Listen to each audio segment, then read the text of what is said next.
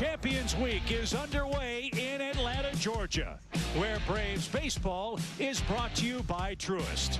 The Braves begin their defense of their World Series championship. They have one goal in mind. They're ready to run it back.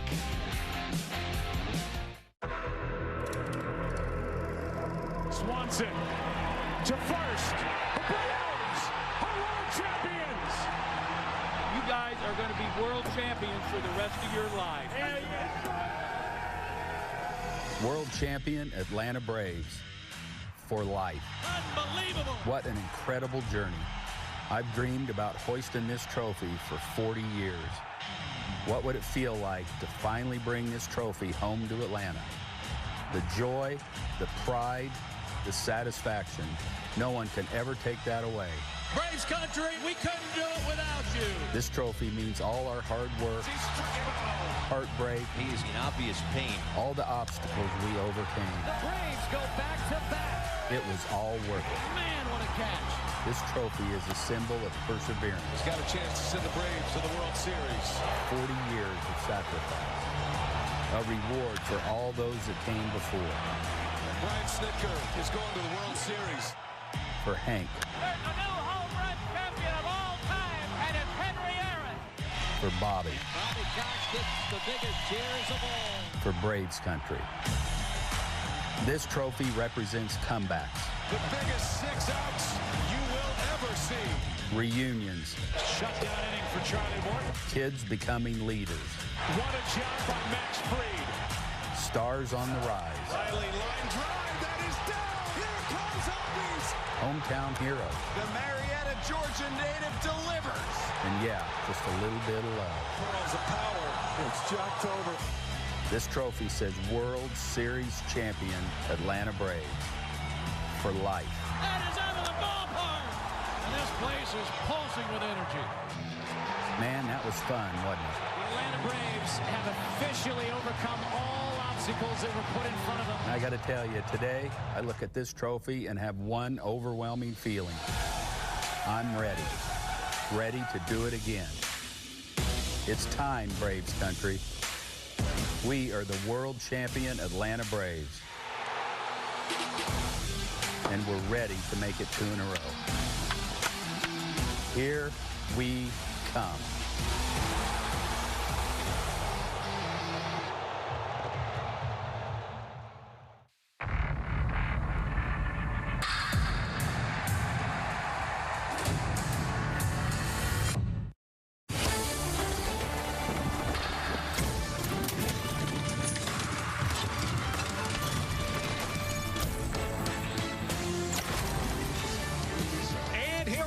Truist Park as we continue Champions Week here in Atlanta, Georgia. Packed house, electricity's in the air as Dansby Swanson, Adam Duvall and company are back home. Plenty of old faces and new as the Braves take on the Cincinnati Reds in Game 2 of a young season tonight. Hi again, everybody. I'm Chip Carey with Jeff Francoeur. Can't believe it. Here we are, a new season. Jeff, I can't believe that we're saying the Atlanta Braves are the world champions. What a great way to start the 2022 year. I'm just ready for tomorrow night to get our ring, so we got some bling. But what a year.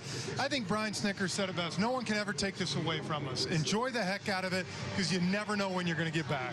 Charlie Morton is on the mound for Atlanta. His heroic performance in the World Series last year, you know he's itching to get back on the mound tonight. One of the big pieces that was brought back by Alex Anthopoulos, I thought a great one-year deal. He did so much for this team last year, and I think what a great week we're going to have to celebrate this team. I think we all agree we didn't love the lockout, but when it came done and we knew we were opening up at home here in Atlanta, what a great feeling to celebrate this team. Well, plenty of precious hardware was handed out last night, some more tonight, and new traditions begin at Truist Park in Atlanta this evening. For more on that, let's join the Braves PA announcer, Casey Motter. As we continue to celebrate Champions Week, presented by Harrah's Cherokee Casinos, we are excited to introduce what we hope will continue as a new tradition here at the Atlanta Braves, the ceremonial raising of the World Championship flag. The flag being raised tonight was flown into the stadium during last night's pregame ceremonies and will fly above Truist Park for the remainder of the season. Doing the honor of hoisting the flag tonight is the man who made key acquisitions during difficult times that helped lead the team to the World Championship. The Atlanta Braves are proud to introduce Team President and General Manager Alex Anthopoulos, joined by his family. Alex, the moment is yours.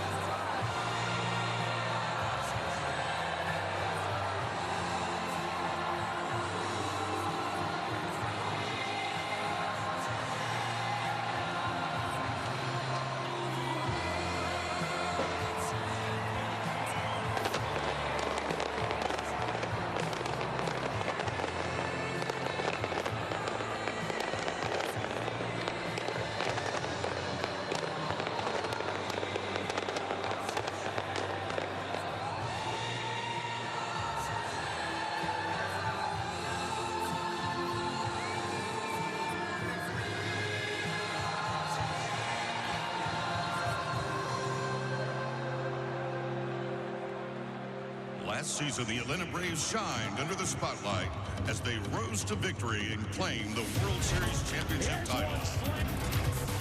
While they all excelled to the highest level on the field as a team, a few players were recognized nationally for their performance. Tonight, the Braves will recognize the players who made history on the field in 2021. The Rawlings Gold Glove Award, the award giving to players judged to have exhibited superior individual fielding performances at their position. Representing Rawlings on the field tonight, it's Steve Cohen.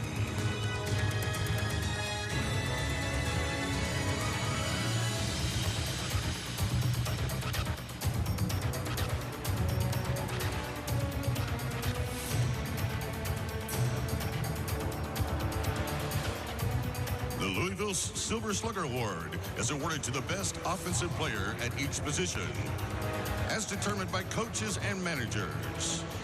Atlanta had 4 players win the Silver Slugger Award, matching the mark set in 2020, becoming the first team in history of the award to have at least 4 winners in back-to-back seasons.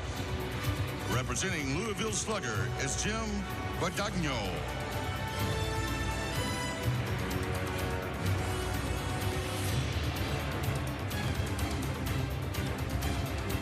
The first award winner led the National League with 9 defensive runs saved and led the trio of finalists for their honor with 7 assists.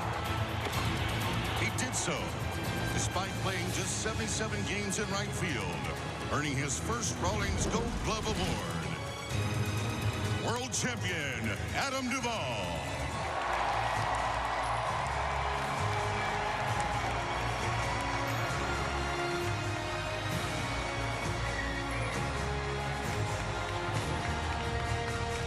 This next award winner led all MLB pitchers with 16 defensive runs and 15 pickoffs since becoming a full-time starter. On the offensive side, his 15 hits led all pitchers in the National League. He batted .273 and posted a .322 on-base percentage with over 67 plate appearances to become the first Atlanta pitcher since Mike Hampton in 2003 to win a Silver Slugger. Earning his second Rawlings Gold Glove and his first Louisville Silver Slugger Award is world champion Max Fried.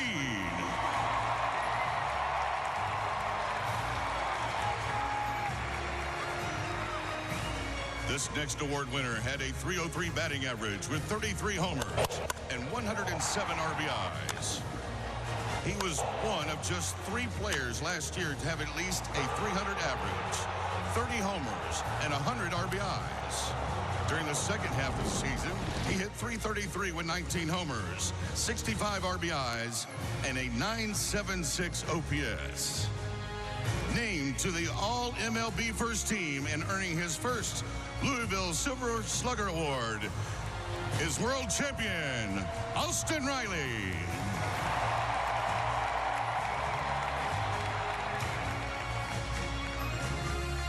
This next award winner hit .259 with a career-best 30 home runs and 106 RBIs. He became just the 4th second baseman in history to record 30-plus homers, 20-plus steals, and 100-plus RBIs in a single season. Named to the All-MLB Second Team, earning his second Louisville Silver Slugger Award and recognized as the player who best embodies the values, spirit, and tradition of the game. Winning the overall MLB Heart and Hustle Award is world champion Ozzie Albies.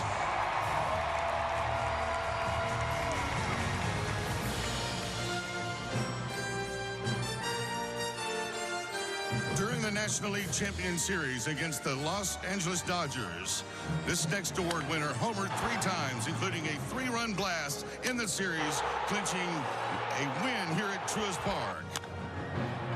He set an Atlanta franchise record and became only the 5th player in baseball history to record 14 hits in a postseason series.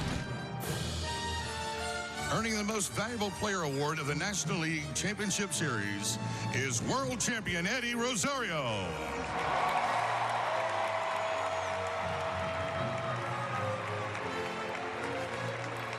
Ladies and gentlemen, please join the Atlanta Braves as we congratulate all of the 2021 National League Award winners and wish them an even better year this season.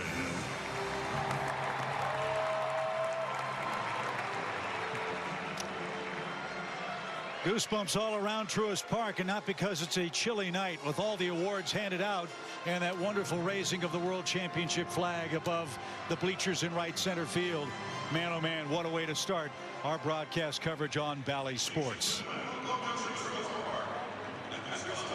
So we're minutes away from the Braves and the Cincinnati Reds. Charlie Morton will take the ball for Atlanta.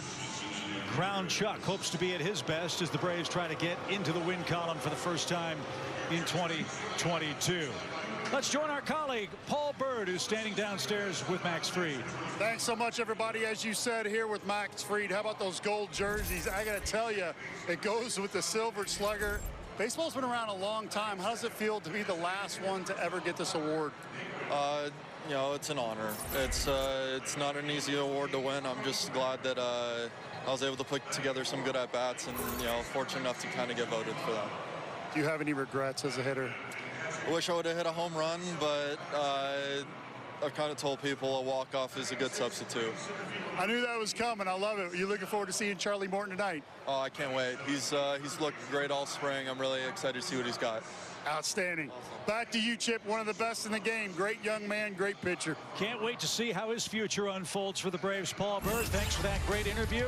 Great way to start our night. Champions Week is underway at Truist Park. It's the Braves, it's the Reds, and oh yes, it's the Friday Night Showdown too.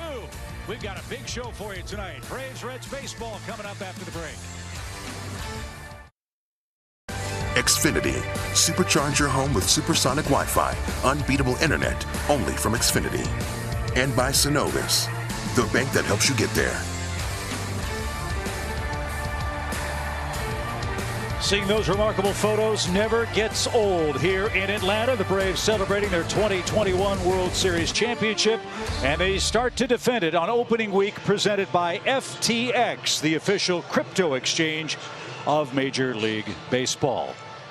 Jeff Francoeur, Paul Bird, Chip Carey with you at Truist Park. Big crowd settling in tonight on a chilly, breezy evening for Braves and Cincinnati Reds baseball. Braves try to break into the win column here in Game 2 of this season. Charlie Morton is on the mound for Atlanta. And you know, Jeff, Charlie can't wait to get back on that hill after the injury he suffered in the World Series last year and the remarkable regular season he had for the Braves as well. Here's a look at your FTX umpiring crew. Hunter Wendelstedt is behind the plate. Chad Whitson, Adam Hamari, and Jerry Lane, the crew chief, is the man at third base. So, Jeffrey, what do you expect from Charlie Morton tonight? Well, you know, you look at Charlie. The last time we saw him, the guy had to tough out 20 pitches in the World Series before he realized what he had done. He's so tough, and I think he's going to build off last year. You know, he got off to a slow start, kind of like this team a little bit last year.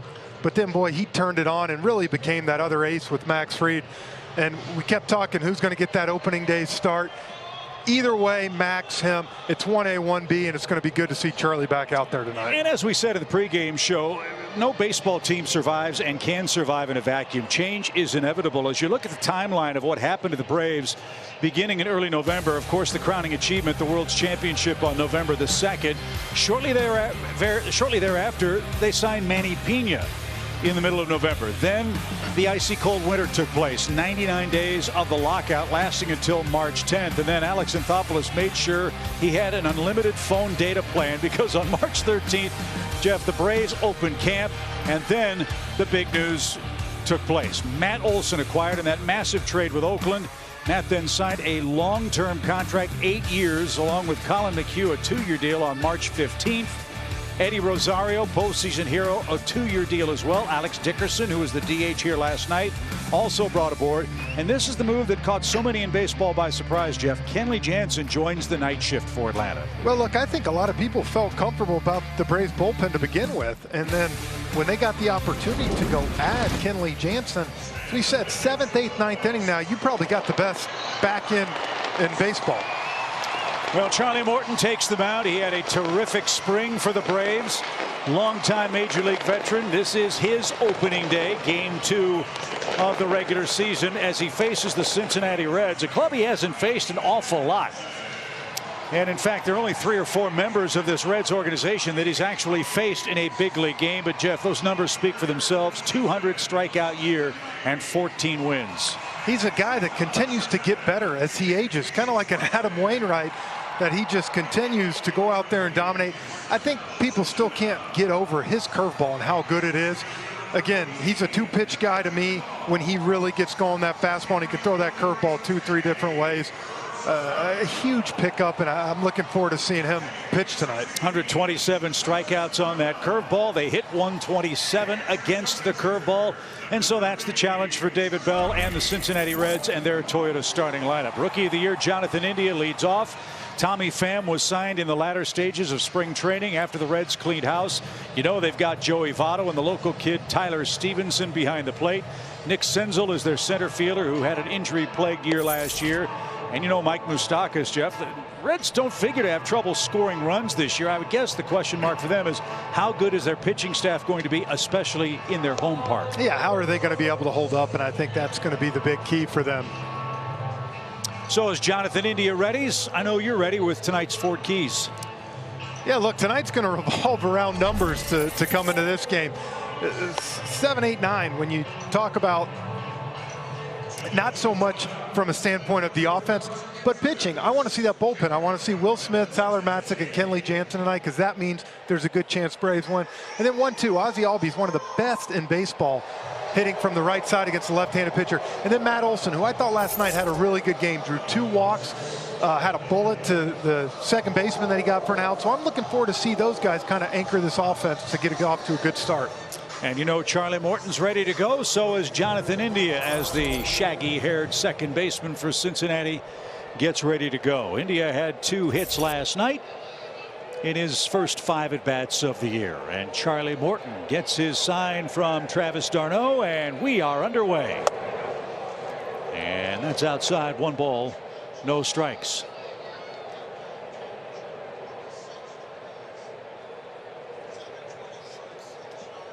.46 degrees in Atlanta at first pitch. And a hot shot to Austin Riley. That'll warm things up. And Matt Olson the scoop at first, and we're underway. Ground ball out from Charlie Morton. Yeah, and quick out too. 2 pitches. That's exactly what Charlie wants. You know, talking to Rick Kranitz, we were down there today, and he said maybe 80 pitches. That he does not want to put Charlie any past that, of course, with the shortened spring training. So any chance to get quick outs like that hopefully is going to enable him to get to that 5th or 6th inning. Short spring training or no, Morton's numbers were really good. 5 strikeouts in 4 2/3 innings. But to your point, Cranny said nobody in baseball got enough starts with the shortened spring training. There was no chance to, and that's why you got 28, man rosters until May 1st. This is Tyler Naquin, and that's off the plate. 1 ball, no strikes. Reds have to make up a lot of offense. Nick Castellanos is gone. Jesse Winker is gone. Eugenio Suarez, Tucker Barnhart are gone. They're hoping Tyler Naquin can do some damage in Cincinnati. Charlie's throwing hard, 96, 97 miles an hour in the early moments, much like Max Fried last night. Boy, was he popping the radar gun. Good Lord, sitting 98 that first inning. And a roller foul from Naquin. Morton ahead, a ball and 2 strikes. Although partner Rick Kranitz did tell us down there, he's like, that was the one thing I was worried about when you started seeing that 98. You knew he was amped up early, and he said he just never was able to kind of get back under control and get that ball down. I was going to ask you, is that hard on opening day? Gosh, yeah. I was talking to Dansby Swanson down there today a little bit, and he was just saying, no matter how many opening days you play, it's the first time under the big lights at a big stadium with 4 decks. Wow, perfect pitch from Morton, paints a corner, and Naquin can't believe it. Hunter Wendelstedt rings him up. First strikeout for Charlie, 2 outs. Well, beautiful pitch. Outside corner, might have been a little bit off the plate, but again, when you have a pedigree like Charlie Morton and you're around the plate, Hunter Wendelstedt's hunting for strikes, and Charlie gave him a reason to ring him up. This is Tommy Pham, the former Cardinal, former Padre. And there's that wicked breaking ball from Morton. Strike 1 to Pham. They signed him March 26th. Man, you talk about a quick turnaround. Yeah. I think that's why the first 2-3 weeks of the season again this year is going to be so interesting, kind of like the COVID year in 2020. You just I don't know what to expect from a lot of hitters, a lot of pitchers, the timing. 1 strike to Pham with the bases empty, and that's inside for an even count. Yeah, you hear it all the time in the early days of a new season. Oh, the pitchers are way ahead of the hitters. Yeah. Remember, the hitters only had 3.5 weeks to get ready in live action too. Well, Charlie Morton looks sharp. He does. And I think another thing too for the hitters is usually the last 3 weeks you're seeing nothing but big league pitching. Well, for them, a lot of until the last 10 days, you were seeing a lot of AA guys. So I don't know how many of these Reds hitters saw Charlie Morton curveballs much in spring training. 2 balls, 2 strikes. 10 pitches so far for Charlie in this scoreless first inning.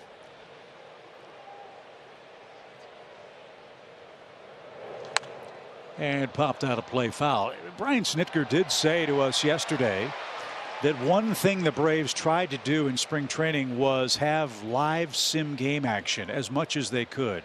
Not just backfield work, but they tried to replicate game action and force feed it as much as they possibly could. But as he said, you try it. Wow, look at that explode away from Tommy Pham.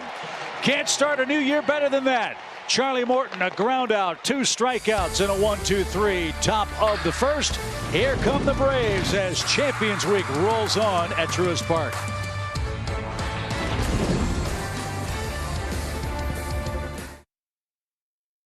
For Brian Snitker. And as always, the Braves lineup presented by Toyota. Jeff touched on this a moment ago. The good work that Ozzie Albies and Matt Olson have done historically against left-handed pitching means Snit has those guys lined up 1-2. Austin Riley last night had 3 of the Braves' 4 hits, including the first homer of the season for Atlanta. Then it's Ozuna, Duvall, Rosario, d'Arnaud, Swanson. Orlando Arcia is the designated hitter. And we'll get our first look at a youngster the Braves haven't seen before. This is Raver Sanmartin, who made 2 starts last year, and Jeff pitched at 3 different levels in the Reds organization. Yeah, came over from the Yankees in the Sonny Gray trade. really impressed him at camp. He's kind of like a Wade Miley guy. Chip, you're only going to see 89, 90 from him, but he's supposedly got a really good changeup, and he's able to work both sides of the plate. And you know, Ozzie feasts against left-handed pitching. A .343 average against lefties since 2019. That's the 4th best in baseball. And you know, he'd like to start this night with a bang as he takes ball 1. That was Ozzie's year last year. One of 3 infielders for the Braves with 30 or more homers. And if you wondered how often Ozzie batted first, well, he led off 39 games for the Braves last year. Hit 11 homers. Yeah, and look, Ozzie never is going to have the high on base percentage like some of your typical leadoff hitters, but he comes up with so many big hits. Swung over the top of that. 1 ball, 2 strikes. As you said, San Martin doesn't throw hard. What's the challenge of that as a big league hitter? Well, getting yourself to stay back. You just saw that was a really good changeup. Came back with another one, and so that's the thing. Look, you've never seen a pitcher before. A lot of times the pitcher will have the advantage. I think with, you know, the approach tonight, and we talked about last year, you know, I thought the Braves did a really good job as the season went on, is for right-handed hitters shooting that right field gap right here. It's going to make you stay on that changeup and give you a chance to put it in play. And Ozzie couldn't. He swings and misses. Braves struck out 13 times last night, and Albies is out number 1 here in the bottom of the 1st. And I think he's going to show you right off the bat, Chip. He's not scared to throw that changeup. 3 in a row to Ozzie. And so I think a lot of what's going to happen, how's Ozzie going to approach it the second time? And that's the key to this game, is the adjustments to see how they make. Big cheer for Matt Olson making his Braves debut last night. Nice roar for him again tonight. Yeah, I thought look, you know, the adrenaline had to be going for him playing here in front of his hometown. He had 2 good walks, hit a bullet to second, so I thought he got off to a good start. Swing and a liner to right field. There's the first hit of the night. And Matt Olson's first hit as a Brave. A clean single into right field. And that'll make you feel right at home. Yeah, something we hope we're saying a lot this year.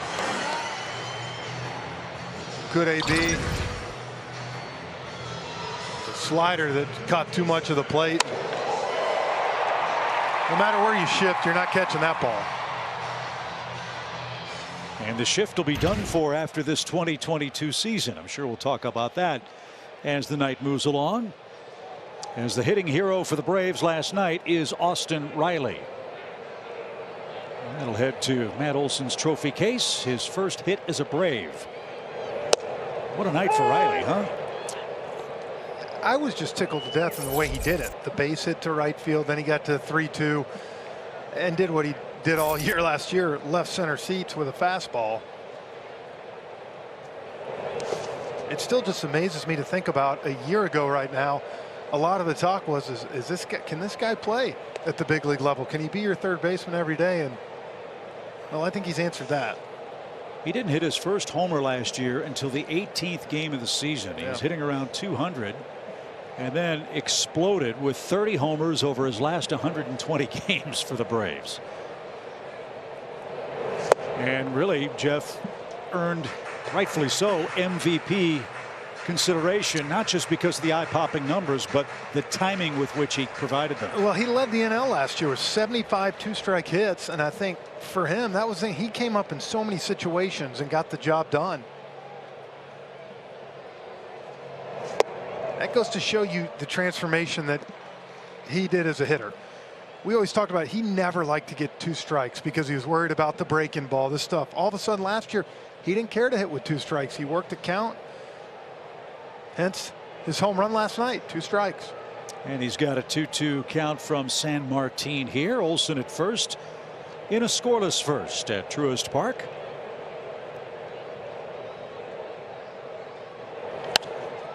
And a good cut from Riley there. Speaking of Austin's second half numbers, Jeff, that's tonight Zaxby's indescribably good play. Hey, look at those numbers from last year in the second half. Probably the MVP of the second half of the National League, if not all of baseball. And really was that key guy behind Freddie to make this offense go.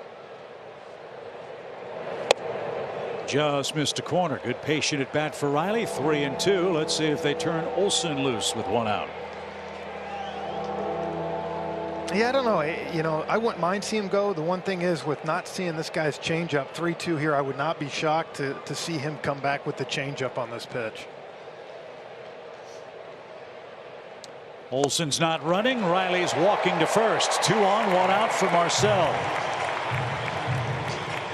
That's an example, I think, Jeff, of the maturity you were talking about from Austin Riley. Not anxious, made him throw all of his pitches, and was happy to pass the baton. That was what we talked about early in the season last year, Chip. The first 18 games, there was just no hard contact. Even his hits were just kind of, but he continually said, I've got an approach, I'm sticking with it, it's going to come, and can't argue it anymore. So Marcell Ozuna, the hitter for the Braves, 48 games. Fractured his fingers on a slide into third base at Fenway Park in Boston and was lost for the year. Marcell went 0 for 3 here last night. Big RBI chance in the first. And didn't get that pitch up in the zone. Strike one. Well, he threw, I was surprised, 3-2. I thought he would throw a changeup. He went slider to Austin Riley. You see coming right back, first pitch to Marcell with that changeup.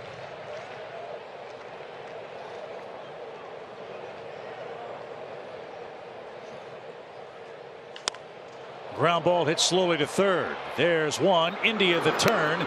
And Ozuna and the Braves are out of luck in the first inning. No runs, a hit, a man left. To the second we go in Atlanta.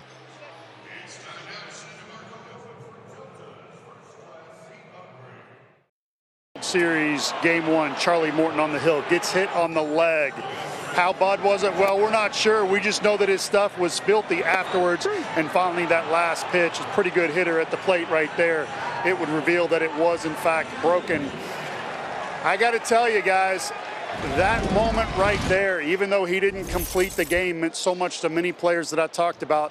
It's his stuff. It's the stuff the radar gun won't show, his heart, that really motivated a lot of players. Many people mentioning that after it was well over. Guys. Yeah, it's a great point, Paul Bird. For you older fans who might remember Willis Reed of the New York Knicks coming in from the locker room to play in the NBA Finals in a critical postseason game. That was kind of a Willis Reed moment for the Braves. Well, the Braves went on to win the World Series in 6 games. And when Adam Duvall hit that grand slam here in Game 5, if Charlie Morton's out there on the mound, Braves won the World Series here at home. He's just meant so much to this team. But I agree with Birdie. After you found out the fact that he pitched, what, 20 more pitches or so, somewhere in that neighborhood, it's pretty amazing. Tough guy. No question. And the offseason surgery, plates and screws were put in to stabilize the broken leg. Everyone wondered where Charlie would be. I remember reading this winter that the Braves were going to try to bring him along slowly just to make sure that the ankle fracture had been taken care of. It seems to me, Jeff, that he came to spring training ahead of schedule. Well, he said because he worked out a lot more than he ever had, trying to get back, doing the PT and all that. He said, next thing you knew, I felt stronger than I had, and he's showing it right now. He's 2-2 to Joey Votto, upright batting stance. And Votto hits it a mile high into shallow left. Dansby ranges out. Ozuna joins him, and a near collision. And Dansby comes up with the ball in foul ground. That was a fair ball. And Dansby makes the play with a tumble to the turf. 1 out. Well, that's where it's so tough when you play the shift. Sometimes you got a shortstop that's got to go so far. I can't necessarily see what happened, but Marcell, to me, on that play right there, Chip, he's got to call him off coming in where your shortstop's got to run that bar. It's a long ways to go, but good play. So no harm, no foul. Votto pops out, and Morton has the first out of the second inning with Tyler Stevenson coming up. Local kid, Kennesaw Mountain High School, was headed to Georgia Tech before the Reds got him. Good looking player. We saw him last year, Jeff. And the Reds feel so good about him, they traded away Tucker Barnhart, who's now with the Tigers. This is a big kid, too. He's 6'4", 6'5" back there. It's like what Jacob Stallings, who's down in Miami now, I think, right? It's tall catcher. I hear people say they can't do it. Joe Mauer, he was tall. He did it for a long time pretty good. Well, it's astounding what the Reds did on the transaction wire, considering just a couple of years ago they were in postseason play and faced the Braves. Atlanta wiped them out. Cincinnati didn't score a run in that 2-game sweep.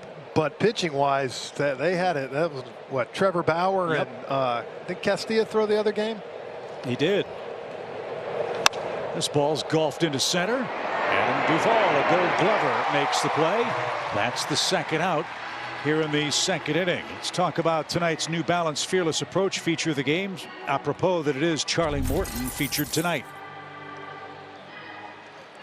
I see since 2017.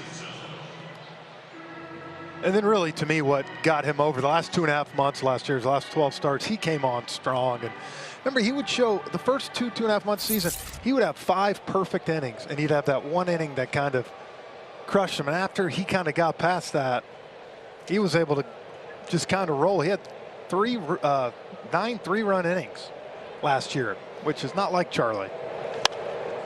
Nick Senzel pops up the first pitch, and Morton should have an easy second inning.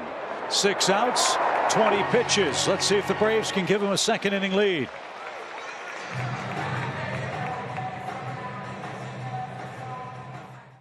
Champions Week Baseball on Valley Sports is presented by Truist. Packed house tonight on a chilly Friday night.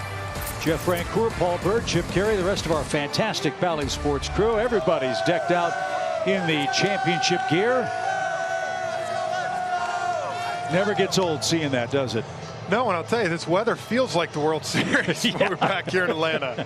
Hopefully a good omen. Yeah, right? As we start our Braves broadcasting coverage tonight. Adam Duvall, Eddie Rosario, Travis d'Arnaud, the next 3 up for the Braves. Raver Sanmartin is the Cincinnati pitcher. He's out of Cartagena, Colombia, Julio Teheran's hometown. Yeah, we saw that first inning. That changeup's his go-to pitch. Half his pitches on that changeup. It's what he got Marcell Ozuna to ground out to double play. You know, with all the Braves did last year and all the acquisitions Atlanta made and the big moments that Eddie Rosario and Jorge Soler put up in postseason play, I feel remiss in not talking about the lift Adam Duvall gave this team when he came over from the Marlins. First of all, he couldn't keep beating us because he was wearing our uniform. But the job Adam Duvall did, both offensively and moving to center field from time to time. We're not having an argument over this. You approve this stuff. It's not me. He's doing what he's supposed to do. That's it. That's it. I wonder if Sanmartin is going to the mouth. I think he is, and I think I heard Hunter Wintelstadt say you approve this, where both managers will have to agree. So some sort of miscommunication. Well, all's well that ends well. It's a leadoff walk, second one of those for Sanmartin tonight. So Duvall gets on base for the first time tonight. And here is Eddie Rosario. Yeah, remember we kept track last year too on how many times Adam Duvall owed us a home run back from what he did against the Braves.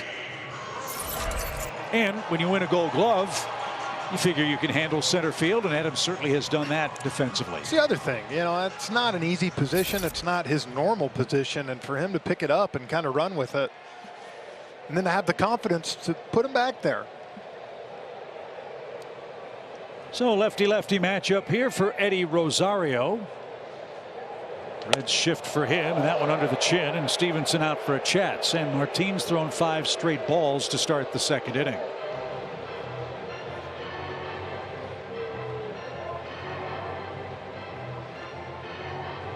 Bertie, this cannot be an easy night to pitch. First of all, you're pitching against the world champions on the road for the first time. You're facing this lineup, and it's cold and windy. No, you got it. I think the key thing is to keep the hand warm. You can have a little pocket heater in your back pocket or something, but you just got to make sure you keep the fingers warm, have the ability to spin the ball. Short lead at first for Duvall. Reds have a shift on. There's another one, misses inside. 2 balls, no strikes. Well, it's one thing to be aggressive, but now 6 balls in a row, second inning like this. I know Rosario is aggressive. To me, you got to take a strike right here. You got to force him. He's a young pitcher, only his 3rd start in the big leagues. The other 2 came against the Pittsburgh Pirates last year. And he missed again, ball 3. Braves are waiting him out. You know, you don't see too many lefties either these days that their second pitch, their out pitch is a changeup. A lot of lefties now have cutters, the big hooks like Kershaw, Fried. Well, he must have been a big Tom Glavine fan in his days in Columbia. 3 balls, no strikes. And that one shaved off an inside corner. 3-1. And he wasn't sure about that.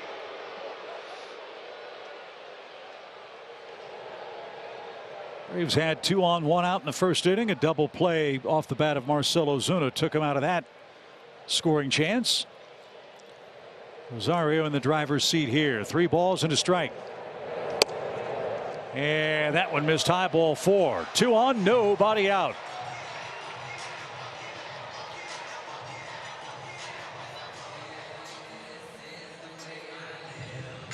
This was the big problem for the Cincinnati Reds and Derek Johnson, their pitching coach last year, Jeff. They won 83 games. They issued more walks than any other team in the National League. And when you do that in their home ballpark, man, oh man, are you asking for trouble. Yeah, and then they gave away a couple of those pitchers that they had and got some younger guys. So that's the difficult thing. You said it, Chip. They got a great offense. Is their pitching going to be able to hold people down? So while the Reds chat, let's enjoy a quick message from Marietta Toyota. Right now, Marietta Toyota is making it easier and safer for you to shop. Visit us at MariettaToyota.com to learn why it's always better in Marietta. That's not the ratio a starter wants.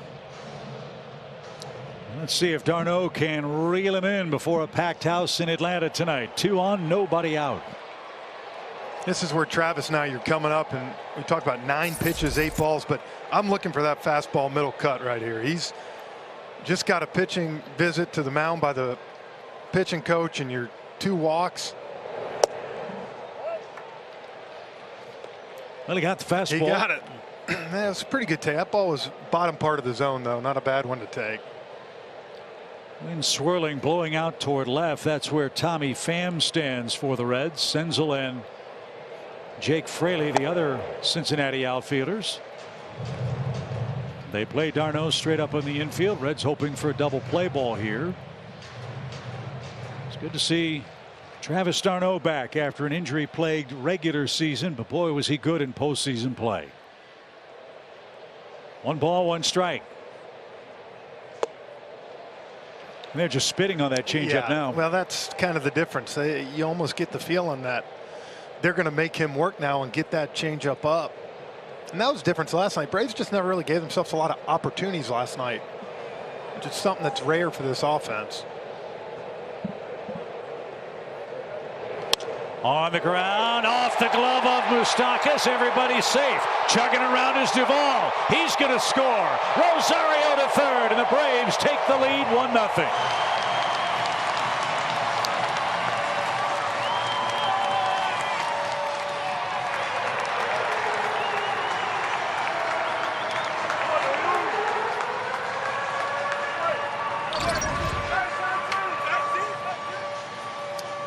Ball was wrapped right down the third baseline, and Moustakas was kind of playing off the bag. I don't know what they're going to give it, but with how far he's got to go right there, Chip, even if he gets that ball, he's not getting the out at third base. I don't think he throws him out. I think that's a base hit. That's how they score it. RBI for d'Arnaud, and now Dansby Swanson, the hitter. 2 walks so far in the inning. One's come home to score. Now the Brave shortstop takes downstairs. Boy, it's amazing in a big league game how fast word gets down the lineup card as to what a guy has and what to go look for. Well, you just don't have much to go off of. You had 2 starts against the Buccaneers, the Pirates, the Buccos last year. And that's the thing. You know, what can you do the second time through the lineup? And even in this instance, the second inning, like you said, obviously these hitters are telling him, look, he's got a good changeup. And that's the one thing with this fastball, it's not 95, Chip, it's 90. So you don't have to cheat to get to it. Dansby made him throw a strike. 2-1 the count. And when you hear guys like you talked about Glab, Wade Miley, this type left-handers, the one thing they all have the ability to do, they can paint corners. They can hit spots. For him right now, he's struggling to hit a spot. And when you don't overpower guys, it could be a long night.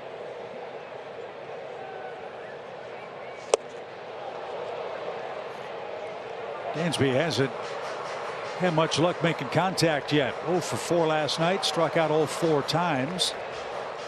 Now finds himself in a 2-2 count. A spot here, just put the ball in play, you get a run. Well, and they're giving him the whole right side of the infield here. So this is where you tell yourself, if he throws a fastball, let him jam you. You dribble one through for an RBI and a single.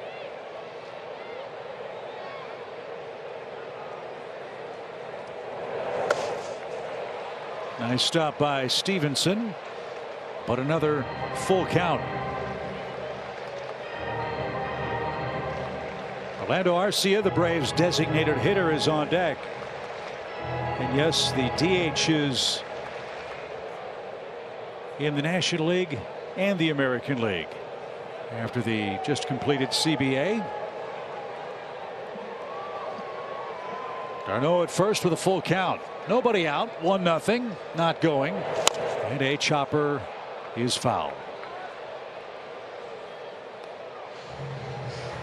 You mentioned earlier, Jeff, the clutch nature of this Braves offense. Dansby had a 3-week, 4-week stretch last year where his offensive numbers were as good as anybody's. Man, he ended up with 42 RBIs with 2 strikes, 3rd in the NL. So same thing we saw with Austin Riley. It's an example right here. 3-2. You got to trust yourself.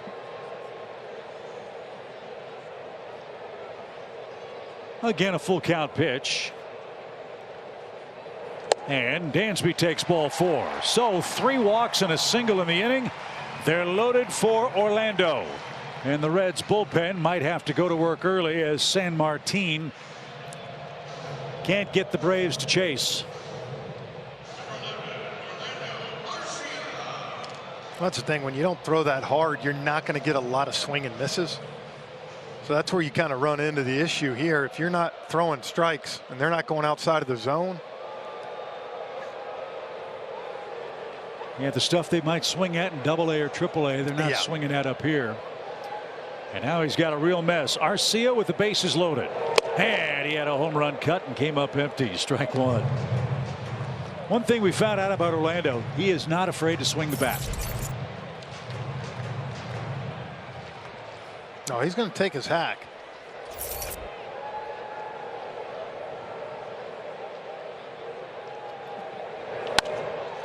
Popped into shallow right. Long run, Fraley, foul ground, can't get there.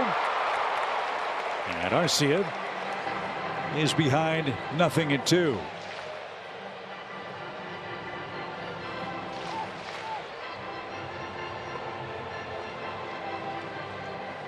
San Martin for the Reds tonight, trying to make a little Cincinnati history. He's trying to become the first Reds left-handed pitcher to win each of his first 3 big league starts since 1899. He's down a run here. The pitch.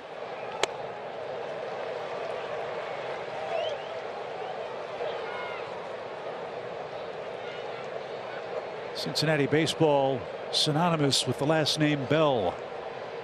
David, the terrific manager of the Reds. Fly ball center. That ought to score a run. Senzel drifts in. He's under it. There's the catch. They'll concede the run as the throw is cut off at shortstop. Arcia did his job, put it in play, and the Braves add on. Yeah, that's a good job fighting it off once you get to 0-2 in a situation like that with the pitcher struggling. Last thing you want to do is let him off the hook. You get the run, and now you have Ozzie and Matt with the chance to add to the lead. So you said it the first time when Ozzie was up, it may take you to bat to figure out exactly what he's got. Well, and he got Ozzie on the changeup a lot last time, so I would be looking Ozzie to make the adjustment here, Chip. Look to that right center gap. If he throws a fastball, you can pound it there, and if he throws a changeup, even if he gets him out front a little bit, he's still in a good hitting position. 2 on, 1 out. Fastball, line drive, center field. It is going to be caught on a slide. The throw back towards second will be late. Great play by Senzel in center. Ozzie not sure that the ball was caught. Now the umpires are saying late that the ball was trapped. And so they're going to get the force play on d'Arnaud at third base. It's a very late call. And Albies at first, Arcia at second. I can tell you this right now, if I'm Snit, I'm not arguing this for the sole fact that I'd rather have Dansby and Ozzie on the base pass. Tough call for the umpires. Senzel with the sliding try. Yeah, that ball's caught. I think it was caught too. Yeah. But the first base umpire, Chad Whitson, signaled safe. It's a catch. And now Bell's going to come out. He looked at the review a moment ago, and he's going to say this ball was caught. Yeah, and the last, like I said, Bell wants Travis d'Arnaud at second base, not Dansby Swanson.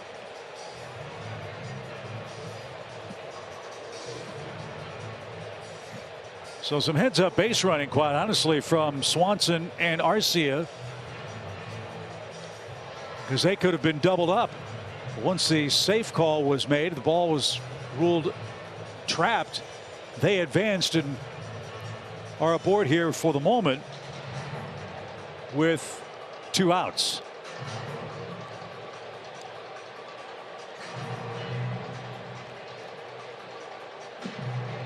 So Hunter Wendelstedt and Jerry Lane are discussing the play with David Bell. And I'm telling you, that's Bell's argument, I'm sure, is I want d'Arnaud at second, not Swanson. So that's going to be the conversation here. We have the benefit of replay. Yeah. The umpires don't. It was clear, I think, from our review that the ball was caught, not trapped. But what a beautiful swing by Ozzie. He took that approach. He got the fastball, stayed up the middle with it. Just happened to hit right to him. So something new this year is the umpires will signal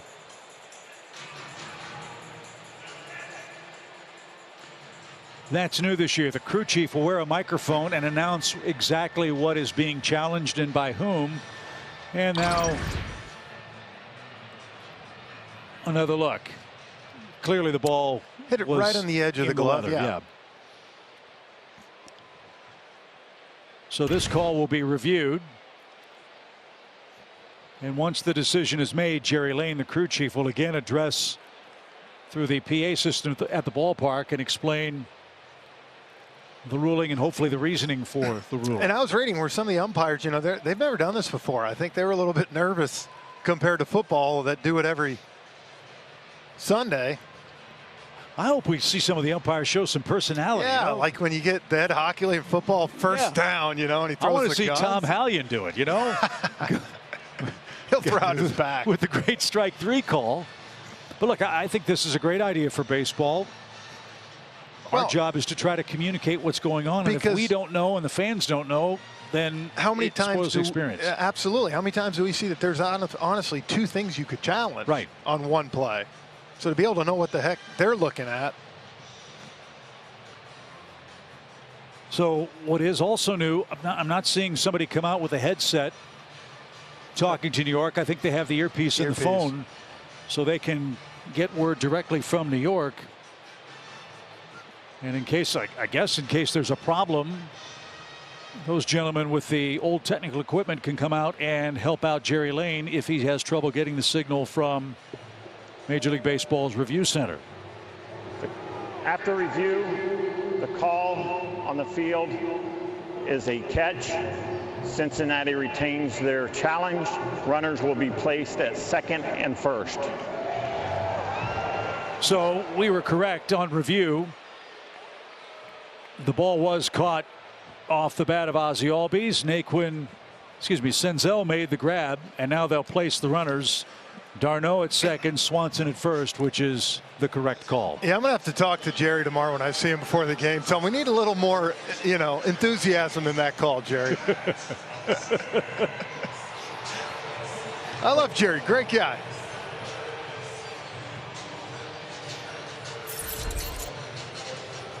So our first review of the year. Baseball got it right. And here's Matt Olson, who picked up his first Braves hit in the first inning. Atlanta's leading 2-0. On a chilly night, San Martin sat around and only threw a couple of warm-up tosses while baseball got the call corrected from New York, we presume.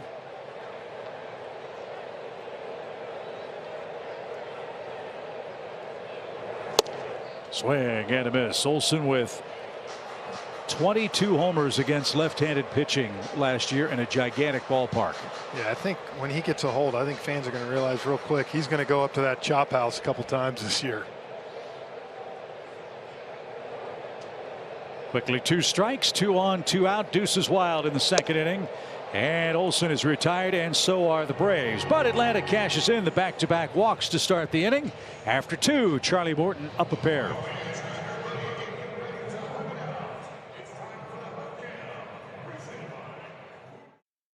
Your local Ford dealer. Delta Airlines, keep climbing. And by Truist, when you start with care, you get a different kind of bank. Good start to game 2 tonight. And boy, that was a great way to end a season, wasn't it? That magnificent parade through downtown Atlanta, ending up here at the Battery, commemorating the Braves World Series championship. And the architect of that team is joining Jeff and me. That's Alex Anthopoulos. Happy New Year, Alex. Yeah, it's been awesome, and seeing all that gear, and we had so much cool World Series gear, and I never wear it out in the city because I don't want to be that guy. I'll wear Falcons and Hawks stuff, but at home and at the ballpark, I'll wear it as often as I can. Now, be honest. I'm sure you and your family, your lovely family, had to go to the clubhouse store and put a hurting on you for all the World Series memorabilia. Yeah, I mean, we definitely cleaned up, and I just Jam of the team starts wearing the stuff out at my kids' games and stuff. It'd be weird, right? But I like it. I think we have nice stuff, so I just go Falcons Hawks all the time, and I wear my kids say I wear all that stuff to bed, and I wear it around the house. Oh, perfect. Yeah. Mike Moustakas, the hitter, with Charlie Morton. But back to business. How do you put an exclamation point on 2021 as we start 2022? Yeah, you know what? It's I'm anxious to get going for 2022, but I also have seen some guys I want to appreciate 2021 and watching the opening night, just all the stuff they had on the scoreboard, to be able to relive some of those games.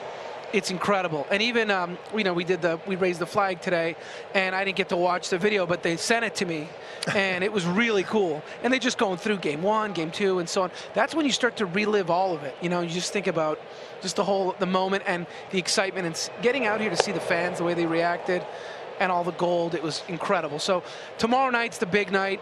I can't wait. I mean, I know what the ring is going to be like, but to finally get it, it's going to be amazing. Well, you're going to wear that, aren't you? Yeah, I mean, it's a big function. Yeah, right? You know what? I'd say this. My thought on that is I would wear it if everyone else is wearing it somewhere. Right? Yeah, I'm not going to, to me, you wear a ring like that, you're asking for someone to come, hey, what do you have on your hand there? So, but I'm proud of it because of all the work that went into it, and just a lot of the work that they did to explain it. I think it's going to be awesome for the fans to see. So once we get by tomorrow, I think finally it'll feel like 2022. Full count for Mike Moustakas. Did he go? Yes, he did. There's another strikeout for Charlie, who looks, Alex, like he hasn't skipped a beat. I got to tell you, 38 years old, it's just incredible. I mean, he's a great guy. Obviously, everyone knows that too, but the stuff is just exceptional, and the athleticism and everything he brings. And I was talking to our guys about this. I love the fact that I walked into the clubhouse in spring training and you got Max Fried and Ian Anderson and Kyle Wright and Charlie Morton setting the example. It is awesome. It's not that I'm trying to be patronizing, but as a dad, having an older guy like that does everything the right way, setting the example for those guys is huge. Jeff says that about me all the time. So I'm glad you brought that up. I'm so glad I got a guy up here that I can follow. I got to ask you, I know you still did stuff with the minor leagues, but during the lockout, what did you do? Yeah, you know what? It was, I spent a lot of time on the ring. No, so it was a lot of home stuff too, but, I wasn't, so they started the ring process in the month of November, and I missed the meetings because we were trying to sign Manny Pena, make trades, do stuff, so I missed all of it. We get locked out, and then all of a sudden, I'm involved in all the meetings, which was great. So a lot of stuff with the ring, a lot of, staffing, things like that. And then we started talking a little bit about the draft, and we had meetings about those things. The Latin American side as well, we started to do. So I had time to do some other things. And there wasn't a whole lot to prepare when we were going to get back up and playing, because we had already done our work in November. So we just basically hit pause. And then it was just going to be a matter of once we started up again, was everybody in the same place? Did things change? But we knew it was going to move fast. 1 ball, 2 strikes for Kyle Farmer. He's the Red shortstop. I said facetiously the other day as he takes another 3rd strike, I hope you had an unlimited data plan on your cell phone, because once the lockout ended, that 72 to 96 hour stretch, I can't remember a stretch like that for you or any other general manager. Yeah, you know, it's funny. You mentioned cell phones and a plan. I just got asked by someone in the office a few days ago, hey, how do you pay your bill? Or how does it work? I'm like, look, I really have no idea. I've never seen a bill. I don't know how it works. Yeah, did you tell them I don't pay for my cell phone? Yeah, I just don't know who does it. I don't know who sees the bills. It doesn't matter. Just keep doing what you're doing and they'll pay it. But I got to tell you, when we started Thursday, I was worried. I mean, beyond worried. And you open up on Thursday night, I'm starting to make phone calls Friday, Saturday, and I'm trying to push things along because our first game's Friday. And I'm reporting to spring training on Sunday, and we're not getting anywhere, and we're hitting walls with everything. And I got to tell you, when I finally got to the clubhouse Sunday afternoon, and look, we still hadn't done anything. And we were trying, and I wasn't getting anywhere. And I walk in, and without saying it, the staff was worried. The players were worried. You know, they didn't tell me that. I could just feel it from the way they were talking. Yeah. So how are things going? What are we going to do at first base? What are we doing here? What are we doing there? So I felt like all eyes were on me, that we needed to get stuff done. So I'll get worked out. But I was telling my wife before, I have no idea how these next 5 days, week are going to go. And my concern was if it went too long, guys wouldn't be ready for opening day. And the division should be tight. And you start losing a week of time, 2 weeks of time, you may lose the division by 3 or 4 games. Big deal. Well, I think it's safe to say you did a great job. Everybody's going to love Matt. We're going to see. Yeah, I mean, he's been great. Great at-bats, quality at-bats. You know, we know he's a good defender. I love the fact that the press conference, when they asked him, what kind of player are you? And guy had 40 homers and so on. First thing he said was his glove. I take pride in my defense. And at that position, I don't want to speak for Dansby and Riley, but I bet you those guys appreciate that as well. Well, he comes from one of the best high schools in the Atlanta area. I got to tell you, I'd never heard of Parkview before in my life. I've heard about it. Get to know it. About 15 times already. I got to enrollment, I bet you, is going through the roof. So they're getting a lot of pub. But hey, anybody that breaks Frank Coors records is a friend of ours, Alex. That's true. That's true. That's true. I do remember. So it was my first year in scouting when he was a two-way star, super athletic, still is athletic, but he was the guy, and everyone was convinced back then he's going to the Braves. Well, he sure as heck did. As Marcelo Zuna makes that play and left. Alex, we appreciate you. Go enjoy a hot dog. Yeah, right. Game 2. Great job putting the team together, man. Great job. Alex Anthopoulos, our guest. Braves lead 2-0. Charlie Morton perfect through 3. Morton 9 up and 9 down. Time for tonight's trip around the bases, brought to you by Destin Fort Walton Beach. Austin Riley is the man who hit the first homer of a new season, Jeff, and it was a no-doubter. He just keeps going. As we said, worked the count to 3-2. Got a fastball in and turned on and pick up right where he left off last year. 75 two-strike hits last year. And hitting third tonight. Jeff, it seems to me, if memory serves, Braves had a pretty good third baseman. I forget his name, who hit third a long time here. Larry? Yeah, that's who it was. Chipper Jones. And you talk to Austin, he'll give a lot of credit to Chipper. Those two worked hard at spring training. Last year had a lot of talks just on approach. Different stuff. As I said, look, if a guy like Chipper's around, why the heck wouldn't you pick his brain? No balls, 2 strikes. And there's that changeup. He spit on that. I would imagine, though, that's got to be kind of intimidating for a young player, even if he's on the same team in the same locker room as you. Walking up to a guy that's going to the Hall of Fame, how do you start that conversation? Well, I think that's a great. Chipper's easy to talk to when it comes to that. Now, you might not like what he's got to say to you, but he's always going to give you advice and sit down and talk baseball with you. He loves that. 2 balls, 2 strikes for Austin Riley. And here's another example. 0-2. Yep. Takes 2 tight pitches on the outside corner, lays off that, but now he works the count back to 3-2. Quality at bat for Riley. And he took ball 4. So that's 5 walks for San Martin tonight. Back-to-back walks started the second inning, and the Braves cashed both of those in. How close was this? Look, it was close, but he hasn't been around the plate, Chip. You got a young pitcher. You see how that's coming around. My point is, even if he calls strike three, there's nothing Austin Riley was going to do with that pitch. Instead, he takes it, gets rewarded with a walk.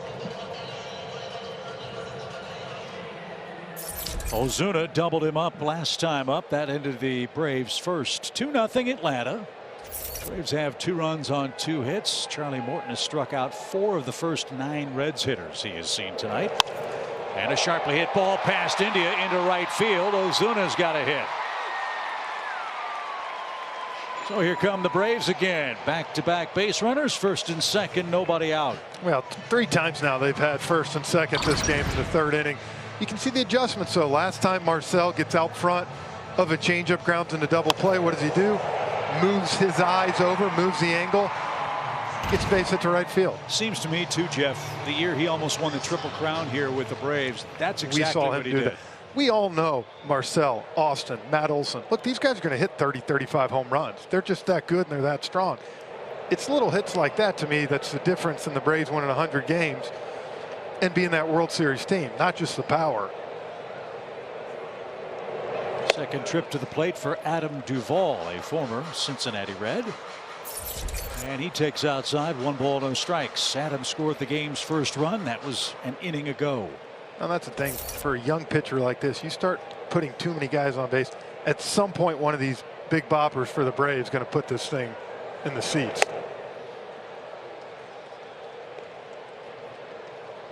So action has begun in the Reds bullpen. That's Jeff Hoffman.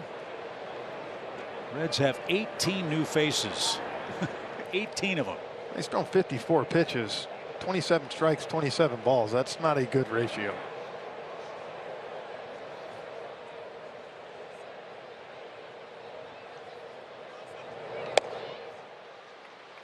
And right now the young man has nothing to go to. Well, and that's the other, like I said, when you don't throw that hard, now you're behind 2-0. You can't just lay something in there at 87. He's trying to hit that corner. He just can't control it. See if he has the green light. 3-0. I think all these Braves hitters have the green light after. But I think, look, Adam Duvall's a smart hitter. He's got a guy who's struggling first and second, 3-0. He did the smart thing there and took a pitch.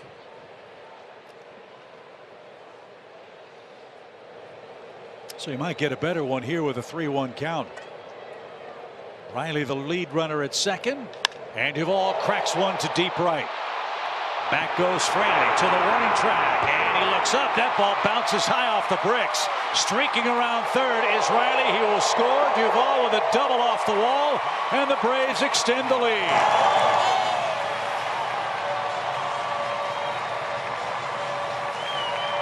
That ball seemed to stay in the air forever, and the way Fraley played it, I thought for a moment it might get out of here. Yeah, as we said, at some point someone was going to deliver a big hit, not a home run, but a big double. He made him throw another pitch, Chip. That one had a little more of the plate than the 3-0.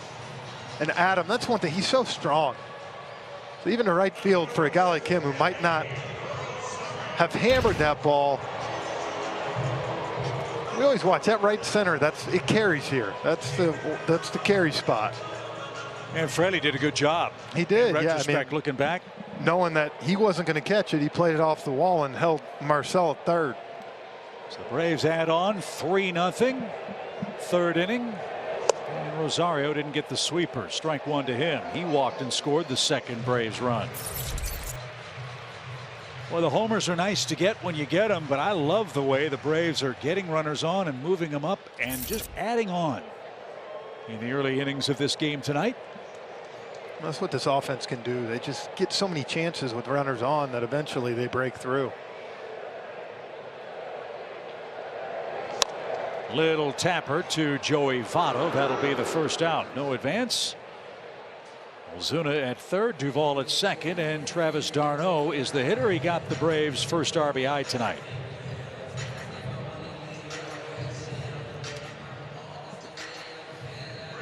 And San Martin at 59 pitches Might be the end of the night for him. David Bell is going to go get his young left-hander, who will depart after 2 1/3 innings with 3 runs allowed. Again, short spring training. There'll be short leashes for many major league starters in the early weeks of the season. And for San Martin, no different story for him and the Reds tonight. 3-0 Braves. We continue in the third after this. Crypto Exchange of MLB. And by the All-South Highway Safety Team. Play it safe. Slow down. Good start for the Braves in Game 2 tonight. They enjoy a 3-0 lead. That's Jeff Hoffman. He's the new Cincinnati pitcher. Fans, players are getting their rings tomorrow, and you can have one too. The replica ring giveaway is on Monday the 11th. That's presented by Truist.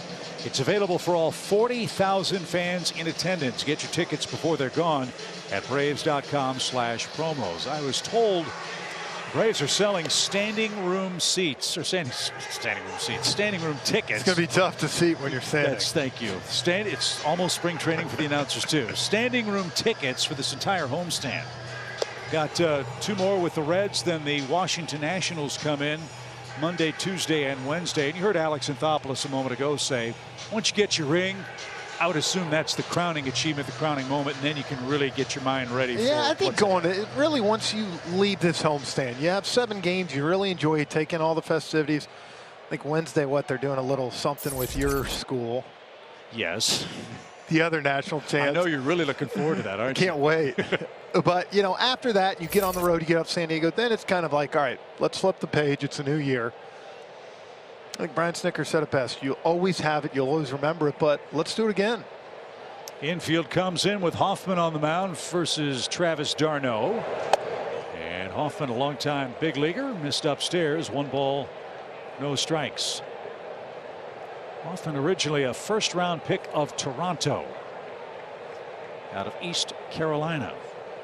Early on, made a lot of his appearances as a starter. Now mostly used out of the pen.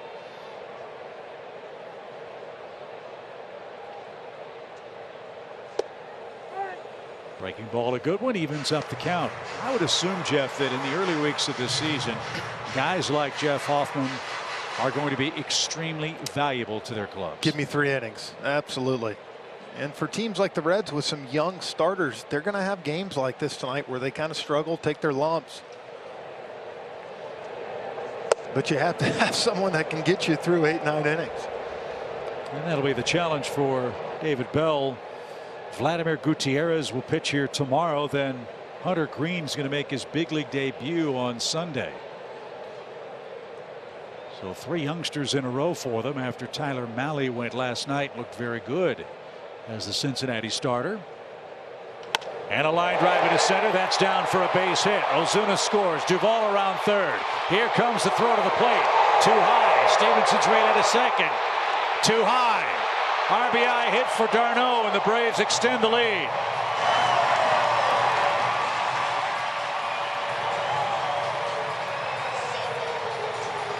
Two hits, 3 RBIs, Jeff, for the Braves catcher. Well, what a beautiful piece of hit. Takes some off speed pitches.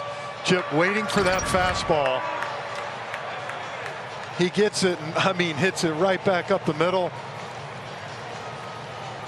That's more the Travis d'Arnaud swing we saw in 20 and towards the postseason last year. I still believe he's not going to make excuses. I just don't think he was healthy early last year. But that bat speed's back to me, and he's looking ready to go. You ever deal with hand injuries as a player? It's tough. Well, yeah. I haven't, but I can only imagine you're not going to be able to swing the same. Tore the ligaments in his thumb, missed more than half the season last year. But a great night tonight for d'Arnaud. His first 2 hits, plate 3 Atlanta runs, and closed the book on San Martin. 5 earnings, 4 hits, and 2 1/3 worth of starting work. And the way Charlie Morton's pitching, you got 5, you feel real good the way this game started. And look, for that young pitcher tonight, that's a tough ask to come in your first start to the defending world champs with this lineup.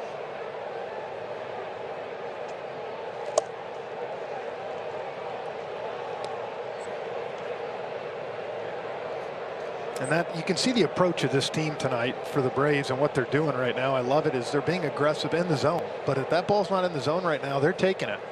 Which I think was a problem last night with the excitement of opening day and all that. They've struck out 13 times last evening. Dansby way ahead here, 2-0. Foul that at the plate, 2 balls and a strike. I thought Malley looked good last night too, though. That fastball, he was painting it on guys at 94, 95 in on their hands. You know, he's a guy that I think wasn't talked about a lot because of the pitchers the Reds had in front of him, but for good right, he's a really good top of the rotation type guy.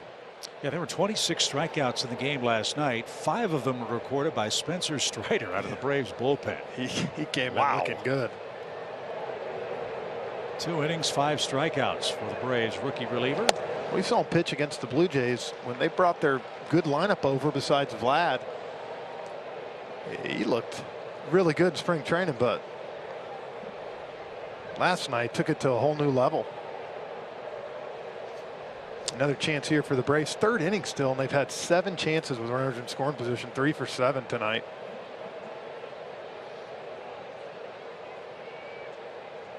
And that one in the left-hand batter's box. Another walk. The Reds have walked 6 batters in this game. And as I said, Jeff, that was a huge problem for them last year in a season where they used 35 pitchers.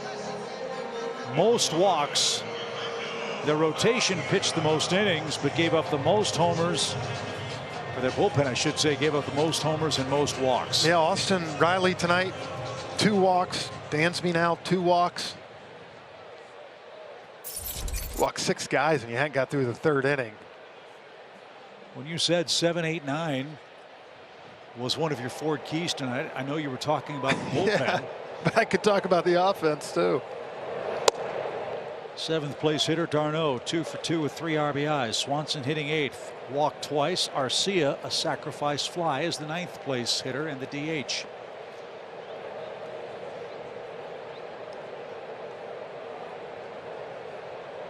Two on, 1 out. Long 3rd inning for Atlanta. It's in for a strike.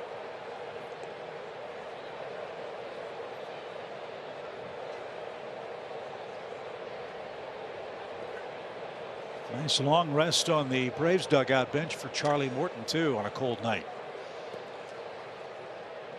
All he's done is set down 9 in a row to start. And that's poked inside the bag at first. Good piece of hitting for Arcia. d'Arnaud will come home and score. Streaking to 3rd is Dansby, and the Braves are line to line. They add to the lead. It's 6-0.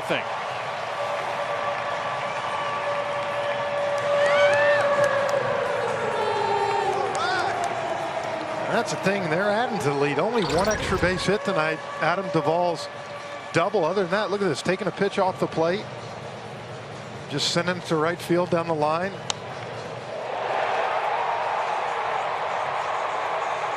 This one, baseball's fun. Each guy comes up and they got a chance to do some damage and keep the line moving. So it's 6-0 Atlanta in the 3rd. And back to the top we go for Ozzie Albies, who will flip around and bat left-handed now.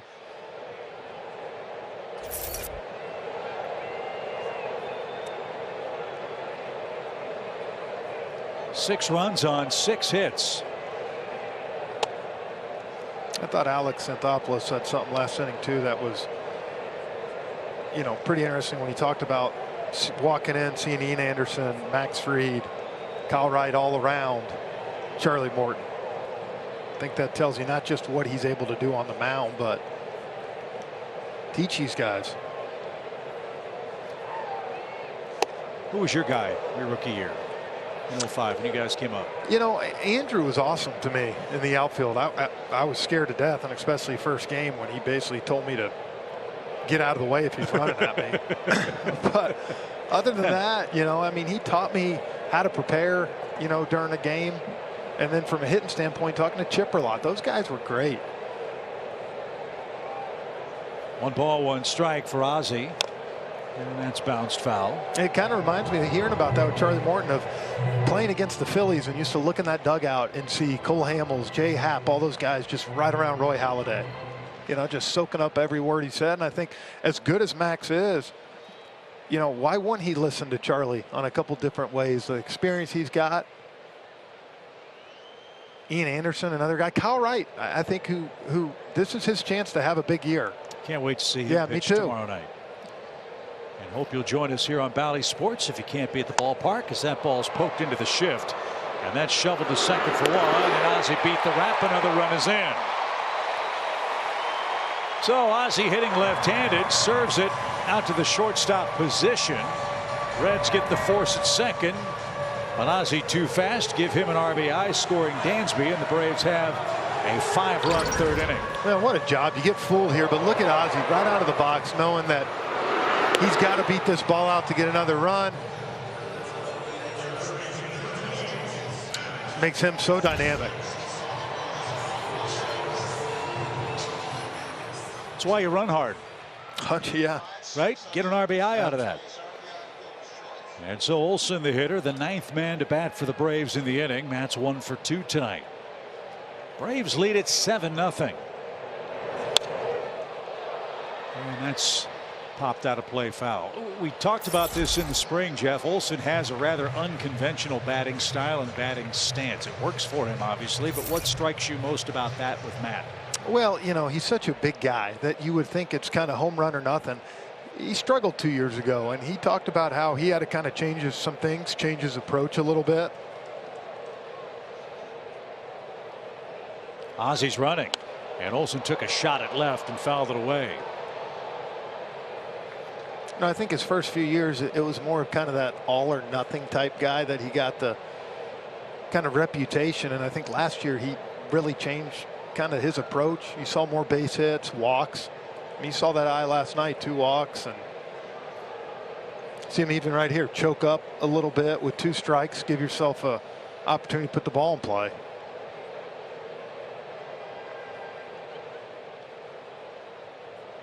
Ozzie not running here, and Olson another pop up toward left, and that'll reach the seats. A fan from Valdosta, Georgia, made the play. They hear from all across the Southeast on our opening weekend, kicking off Champions Week here at Truist Park.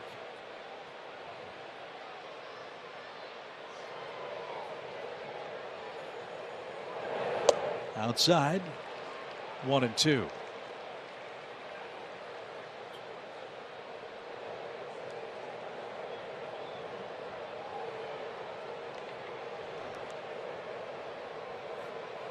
Mid-March 2022 is a week that Matt Olson and his family are never going to forget. Talk about a whirlwind 72-hour period. But coming home, as you know, Jeff, presents its own set of challenges. That, I'm sure, is an adjustment as well, not just on the field, but off of it. Yeah, well, you got to manage, what you commit to, who you listen to. But it's hard until you experience it. It's one thing to hear it, but until you go through it, it's another. 1 ball, 2 strikes. Smoked into center field. That ball is walloped. Senzel to the warning track. At the wall. Makes a great catch up against the fence to rob Matt Olson. The Braves, though, have a great third inning. They send 9 to the plate. 5 of them score, and the Braves in 3 lead by 7. Pitchers do not walk guys against this team because they will put a hurting on you. Speaking of leadership in the clubhouse, Travis Darno Instagram, look at that. Ozzie Albies giving everybody a pair of Dr. Dre studio beats. I'm sure that Ozzie has some for the broadcasters and other people in media. It just hasn't gotten here yet. But guys, I want to say thank you in advance. He is a leader. I was going to ask you that, Jeff and Paul.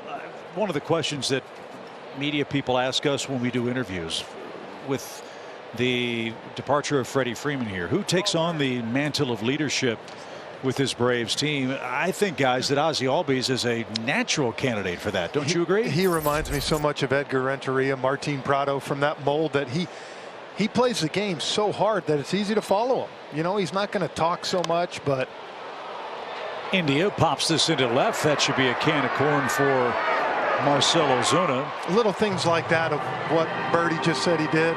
goes a long ways in the clubhouse. Just being that type of leader. I continue to say I have more fun watching Ozzie Albies play baseball than anybody because he loves to play. Guys, and I want to say here at the corner of the dugout, it's an absolute blast to watch. It's very genuine. He's not faking it for the camera or Mr. Energy because he's going to get more looks or on TV or anything like that.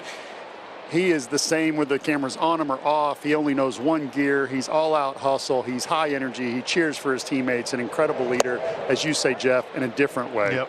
Yeah, he plays with such great joy, I think, and it's really a treat to watch him play. Is. He walks into a room and the room lights up because that's his personality. His play's backing that up as Tyler Naquin hits. I mean, Charlie's in complete control right now. It's man against boys right now, and that's with no disrespect to the Reds. Charlie's retired 10 in a row. And as an offense, when you're down 7-0 facing this, it's got to feel like you're down quite a bit. Guys, I was a little worried about the leg because until you get into a big league game, stadium full, you just reach a new level, but all signs are go. 43 pitches. And number 44 just missed. Good eye by Naquin, who took strike 3 in the opening inning.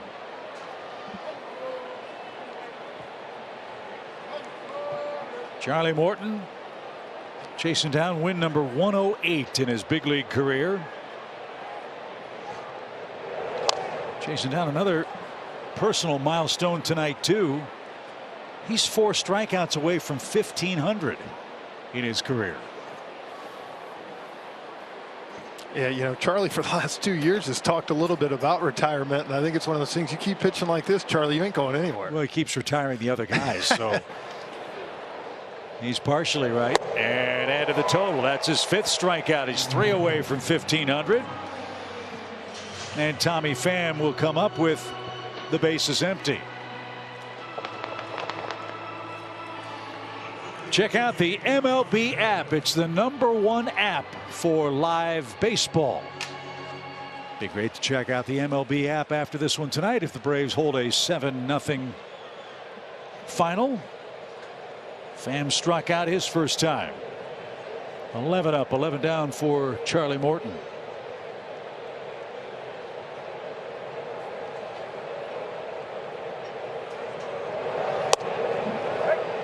I mean, Jeff, you're right. He has everything. He's controlling both sides of the plate, keeping the ball down.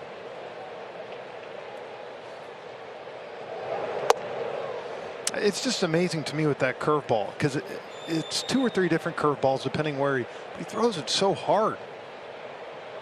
To be able to do that and, you know, throw that as half your pitches, it's not like he only, you know, throws it a little bit. I mean, opponents last year hit 127 off the curveball. And then he comes back and blisters a 94-mile-an-hour fastball under the hands. And we talked early last year. I said 9 times he gave up 3+ runs. None of those after July 4th against Miami. That's why he went on that run. And the Braves followed suit, playing what, 750 baseball over the final 4 to 6 weeks. But again, this is a man that broke his leg in a World Series game. And making his first start this season tonight and absolutely dealing. As he's got a rare full count here to Tommy Pham with Joey Votto waiting on deck.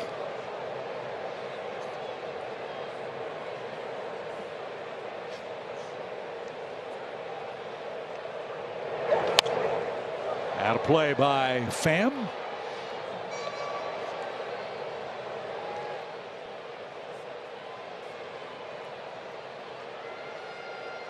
Braves scored early and they scored often. 2 in the second, 5 in the third. We're in the 4th and the Reds are looking for their first base runner.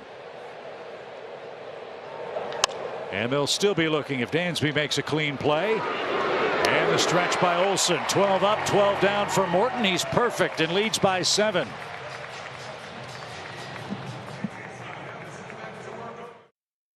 His own bobblehead. Next Tuesday the 12th is the Austin Riley bobblehead giveaway presented by Coca-Cola. The first 15,000 fans here at Truist Park will get that good-looking giveaway. Tickets are going fast. Get yours today at Braves.com/ChampionsWeek. I would say he deserves a bobblehead. Yeah. Man, what a great year for Austin Riley. You get MVP votes. Your team wins the World Series. You're an everyday starter at third base. And you and your wife are expecting your first child in May. Yeah, pretty good year. So congratulations to the entire Riley family. There's Jeff Hoffman back to work. And missed upstairs. Boy, Riley's been awfully patient. Remember last night, Jeff, he went 3 for 4 and hit a home run. Tonight, he's walked twice and scored one. Yeah, that's, you know, if his plate discipline continues to improve like that, put up some serious numbers this year. Driven to right field. And that's going to hang up, and it's dropped. Fraley had it. Fraley dropped it. And Riley gets a break. He'll reach to start the Atlanta fourth. I don't know what happened here. I mean, he had it in his glove. It's like he just didn't close it. He got a good read on it. It just kind of popped in and out.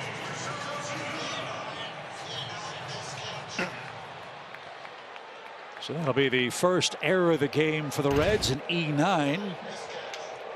And Riley's aboard for the third time in front of Marcell Ozuna, who has hit into a double play, singled, and scored tonight.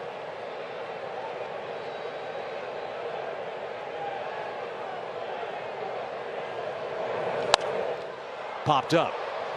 And in foul ground, Joey Votto says he has it. One out.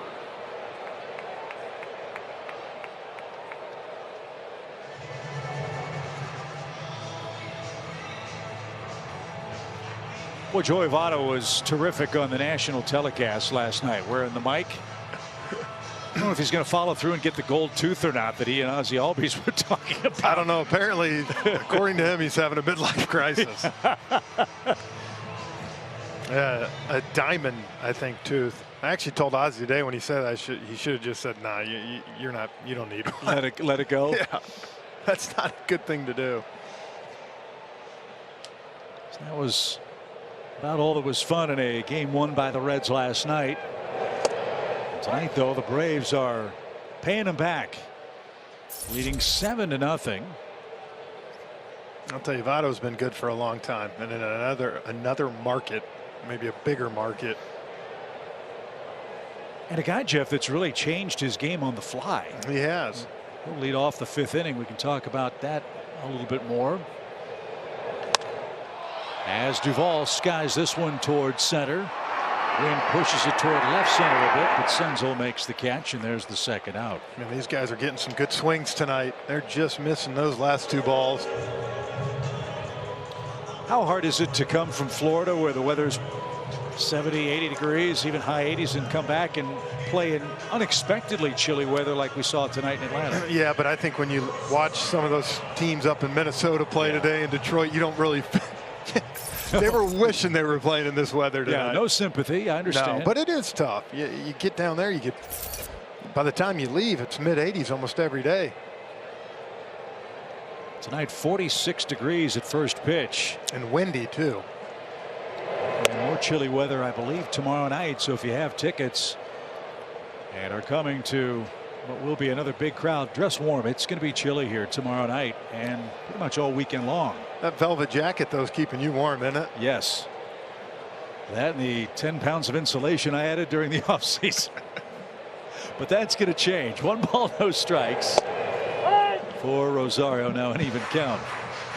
And 10 might be a little dishonest, too. But that's a story for another time. Yeah, about 5. I wish. 7-0 Atlanta. Reds don't have a base runner tonight. Charlie Morton's retired 12 in a row to start his night.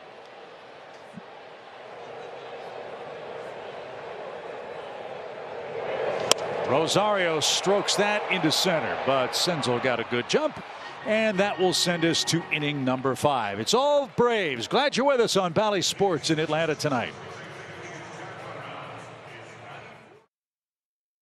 Friday Night Showdown, presented by Kaiser Permanente. New banners all around Truist Park and the beautiful Battery in Atlanta. World champions joining the 1914, 1957, 1995, and of course the 2021 Atlanta Braves. And hopefully chance to repeat. It's been 21 years, Jeff, since a team has repeated as World Series champions. And Joey Votto spoils the perfect game with the first pitch swing. If there's one guy that was going to do it, it was going to be him. Always seems to work out that way, doesn't it? Yeah, but you talked about it. He revamped his approach. For a 2-3 year period there, he was taking pitches all the time, walking. Now he's talked about like a golf ball. Talking about last night, trying to just hit it as hard as he can.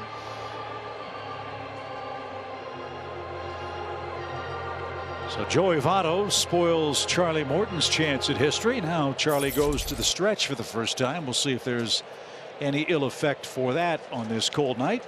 Yeah, 54 pitches and finally going to the stretch. A little flare down the right field line, curling to the line and foul. No chance for Rosario to get that. Well, look, let's face it, for the Reds, they need Joey Votto to hit the ball out of the ballpark. Remember, Nick Castellanos not there anymore. He's with the Phillies. Tucker Barnhart's not there. Jesse Winker, Eugenio Suarez not there. Yeah, they're counting on him to hit some home runs. Second year of Mike Moustakas' contract. I think they're looking for some long balls from him. And in their ballpark, they are a very dangerous team. That's never been a fun place for the Braves to go play. It's been a fun place to hit. Yes. But you got to pitch too. Yes, you do. And I remember there in right field when Adam Dunn would come up, and I mean, I felt like I was playing second base. He was so big. No balls, 2 strikes for Tyler Stevenson. And he shoots one toward Ozuna in left. Positioned perfectly. Makes the hop and the catch. Back to first is Votto with 1 out. That's what makes Charlie's curveball so good, too. Stevenson saw this one pretty good. You could tell he waited on it. But it's such late break that he got it off the end of the bat. You think you're about to square it up, and you don't. Charlie didn't like that baseball. I think it was defective. It was hit too hard, so threw it out and got a new one for Nick Senzel. This kid was number 2 pick in the draft 6 years ago and got hurt last May, missed the rest of the year with a knee problem. Now he's got a chance to shine for Cincinnati in, as you said, a terrific offensive park. Yep. I was talking to Brian Snitker before the game down there today, and he was saying after last night, you know, all the hype and you lose and, you know, you're frustrated. He said there's no better feeling than having Charlie Morton coming back today, knowing you have him on the mound. Yeah, figure to stop any losing streaks with guys like Fried and Morton and Ian Anderson 1, 2, 3 in your rotation. I think it'll be fascinating to see, as you said, how things stack up with Kyle Wright, Huáscar Ynoa, and whomever the Braves choose to pitch either in the last game of this homestand or the first game of the upcoming road trip in San Diego. 14 straight days on the schedule without a day off for the Braves, with again a very short spring training for the pitchers. That's why you said nights like last night of getting Spencer Strider 2 innings, certain guys like that, is going to be huge too, because, you know, with Will Smith, Matzik, Jansen, you want those guys throwing 1 inning. You don't want them throwing more than that. And how many do you think the Braves want to see out of Charlie Morton max tonight? Well, there's 61 pitches. You heard Rick Kranitz tell us before the game about 80. The thing is, sometimes you might say, hey, if he gets out of this inning at 65, 66, it's a cold night, pull him. But at the same time, you want to build his pitch count up also. 2 balls, 2 strikes. I asked Rick about the way the Braves want to set up this rotation.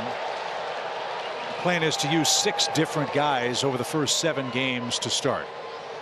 And to your point, you want to get guys innings, but the Braves are more concerned about the recovery after that first start. Is that how you heard Rick explain it? Yeah, and I don't know if that applies so much to Charlie between you and I, just because of how much he's pitched, how successful he's been. That ball carries to right over the head of Rosario. Votto held up for a moment, and sliding in late at second and hard is Senzel. And the Reds have second and third with one out. As you said, Jeff, the ball is jumping out toward right and right center tonight. Yeah, even though it's a little cold and windy, that right center area usually is the place that travels the best here at Truist Park. That was pretty well played by Eddie. A little bit of a bobble. Acuna plays that wall real well. Nick Markakis mastered he had it down by the end of his career. The bricks here at Truist Park. So let's see what Charlie can do here. Leads 7-0. And Mike Moustakas is the hitter.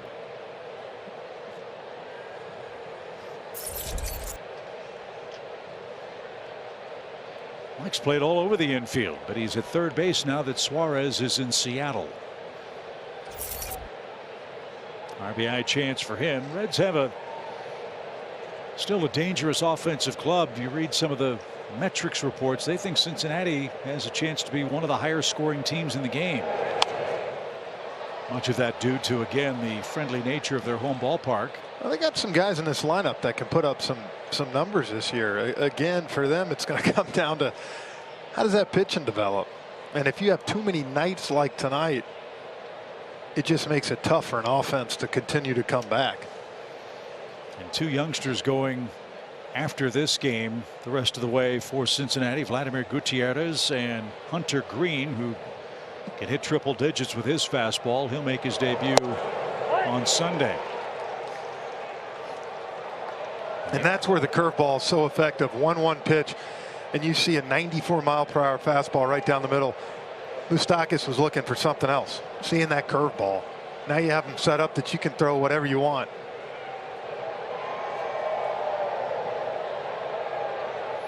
Charlie's got to get 2 more outs to qualify for the win. You've got to pitch 5 innings.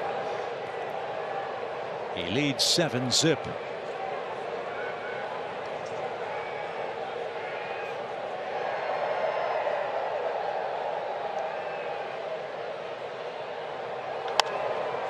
Driven toward right. Votto at third should tag. Rosario is underneath, makes the catch. The Braves concede the run. Votto will score on a sacrifice fly, and the Reds pick up their first run of the game. It's now 7-1. As Moustakas, a 4-time Gold Glover, does his job. Like anything, you'd love to strike out, but at the same time, damage control, trading out for a run. And now Charlie's 1 out away from a really good night. And this is where, as you said in July, the rest of the way in the regular season, where Charlie was really at his best. He'd get into trouble, but he'd limit the damage to a run or 2. Look, with the stuff he has, if he throws 6 innings, to me, he's going to have 4 innings where he just deals 1, 2, 3, or maybe you walk a guy, but it's the 2 other innings that they get a few guys on. Early on last year, he wasn't able to wiggle out of it. On the ground to Dansby. He'll gobble that up, and Farmer is retired, and so are the Reds. A run on 2 hits. Charlie Morton's qualified for the win. He leads by 6.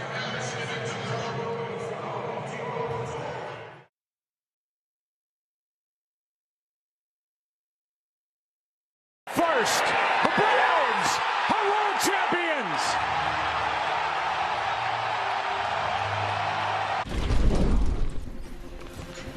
When the Braves won the division last year, I think I said against all odds and against all comers, the Braves won the East. I think, Jeff, the same could be said for Brian Snitker's club in the postseason play as well. I mean, they just continued that hot streak and went through. You know, it's like they were not going to be denied. And I think a lot of people thought.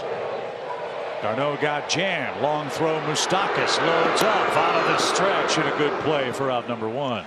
You know, I think a lot of people thought after they beat the Dodgers, Chip, that, you know what, maybe they're out of gas. They spent everything on them. It's been, can they beat the Dodgers? But they took that momentum and went right into the World Series with the Astros. I'll speak for myself, and I'd love to get your thoughts on it. I thought that the Freeman homer against Josh Hader was the moment where I think the Braves believe that, you know what, we've got something magical working here. Would you buy that? Yeah, I just think they went up to Milwaukee and they lose that first game. Couldn't really do anything offensively. It's just the way they came out, I think, for game 2. It was like they didn't care. It was just another game. And I think back to game 3. Dansby unloads deep left field. That ball's at the track, at the wall, and just enough room for Tommy Pham, and the wind cost Dansby a homer. And that's the area. Left field's one of those places where the ball usually does not travel compared to right. If that ball's hit to right center, he's got himself a home run. But hit hard for Dansby, who couldn't make contact last night. Swanson 2 walks and a deep fly to left here in game 2. Think about the Braves go up 2-0. They go to LA. Bellinger hits that big home run in game 3. And, a lot of people trying to say, oh, here it goes again. They can't win at Dodger Stadium. What they do, they came out game 4 and thumped them. Mm-hmm. So, again, I think a team takes on a lot of times the identity of their manager. And I think in the last 5 years, if there's one thing we've learned about Snit, he's the same guy, win or lose. And I think the players felt that. They were relaxed. I mean, last year, it was August 6th before the first time the Braves were over 500. I think at one point, they were only the 3 teams. One of 3 teams that had not been over 500. It was Texas, the Marlins, and the Braves. Which is crazy. And it seems to me, too, Jeff, that the point of the against all odds comment, when you lose the players the Braves lost and the way that they lost them. I mean, Fried went to the injured list. Anderson was on the injured list. Yeah. Ozuna, Acuna, and on we go. It was almost as if something bad happened to Brian Snitker's team, it's just, oh, okay, it's just another day. Let's go to work and put our hard hats on because nobody's going to feel sorry for us. And I think that really served him well. As that one's hit twice and tapped foul, 1 ball, 2 strikes. And I think sometimes, though, you look at it, too, when you lined up on paper the Braves lineup versus the Dodgers, Astros, it wasn't like it was a huge disparity either, though. These were guys that have put up big-time numbers before. And I think we can all agree for 4 months they underachieved. And all of a sudden they hit their stride, and when they did, the rest is history. Hoffman to Arcia. And that's dribbled. I would guess the difference national perception wise, Jeff, with the Braves, Astros, and Dodgers leading into the playoffs last year, and the biggest difference, the Astros and Dodgers had done it. The Braves had not done it yet. Now that discussion's out the window. Yeah, and look, for I think the first time the Braves playing the Dodgers kind of put them in a pickle with who are they going to throw. They were bringing Scherzer out of the pen, doing different stuff where usually, the Dodgers make other teams do that. Good at bat by Arcia as the Braves fans have the wave going, trying to stay warm on a chilly, breezy night. 46 degrees here at first pitch. But the Atlanta offense is red hot. They've scored 7 runs tonight and have left 5 men on base. The one moment I'll always remember is Tyler Matzik striking out Mookie Betts in Game 6 here in Atlanta. That was kind of the stamp for that one. I mean, Mookie Betts, one of the top, probably, 3 players in baseball. And he came in and threw 3 heaters at 99-100, just blew it right by him. Then almost got arrested at the parade. What a beautiful story. Fly ball toward left center field. That's well hit. Pham on the run. Good route. And makes the grab on the track. And that retires the side. 2 deep fly balls by the Braves sends us to the 6th. Low gas at the knees, coming out of spring training, gripping the breaking ball, no trouble with the cold air, more heat, and he keeps it going. That's noise upstairs, can't touch that. 5 innings pitched, 5 strikeouts. Here's my favorite. 0 walks, and you know what? That leg, he looks healthy, he's ready to go. Looks like an ace to me, guys. He's pitching like one, Birdie, as he's given up just 1 run tonight. And he'll face the 9-1-2 hitters for the Reds. Jake Fraley will be the first for Cincinnati. I think later on in the year, at some point, these are the games you might give them an inning blow. But with that being said, Chip, I think this is signed, they want to get him close to 80 pitches, so his next start he can be closer to 90, 95. 69 pitches, 47 strikes to this point for Morton. And in complete and total command, I think he's gone to a full count once in tonight's game. Yet a Moustakas, I think. That was it. And even rarely here, he falls behind 2 balls, no strikes. And A.J. Minter is the first Brave up and throwing, is 3 balls, no strikes to Fraley, who came over from the Mariners in that Jesse Winker, Eugenio Suarez deal. Well, the Mariners loaded up, trying to win the AL West. It's in for a strike, 3-1 the count.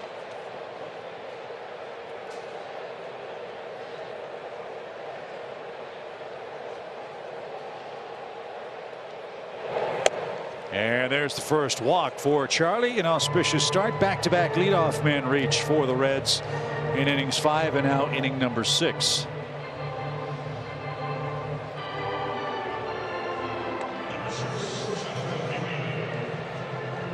Morton, known as Ground Chuck for all the ground ball outs he gets, hasn't been the case tonight. He's gotten 1, 2 ground ball outs. Everything else in the air in Travis d'Arnaud's glove. At 73 pitches, the lefty on deck. You know, this might be Charlie's last guy here.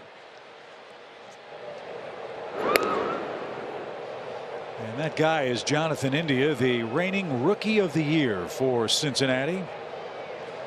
Brian Snitker, when he saw this young man play against the Braves last year, gave him the ultimate compliment, called him a baseball player. He's good. He's a really good player. He wasn't wearing that red jersey. Reminds you of Bo Bichette with the long hair. And just as aggressive offensively at the plate. 21 homers. Nearly 70 RBIs for the Red second baseman, who took a strike.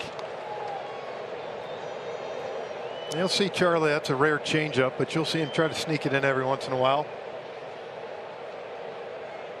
Braves shift to the left side of the infield now with an 0-2 count for Jonathan India. A little too high. He hits 1 and 2.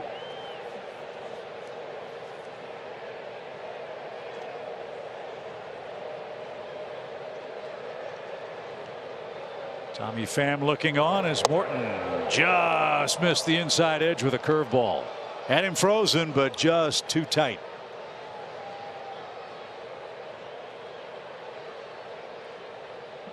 Good call by Hunter Wilstad. Ball was just in.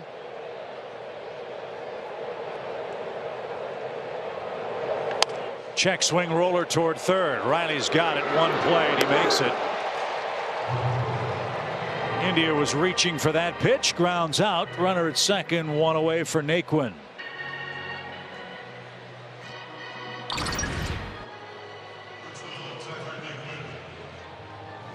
And you see that there's the break on that breaking pitch. And that's going to be it for Chuck.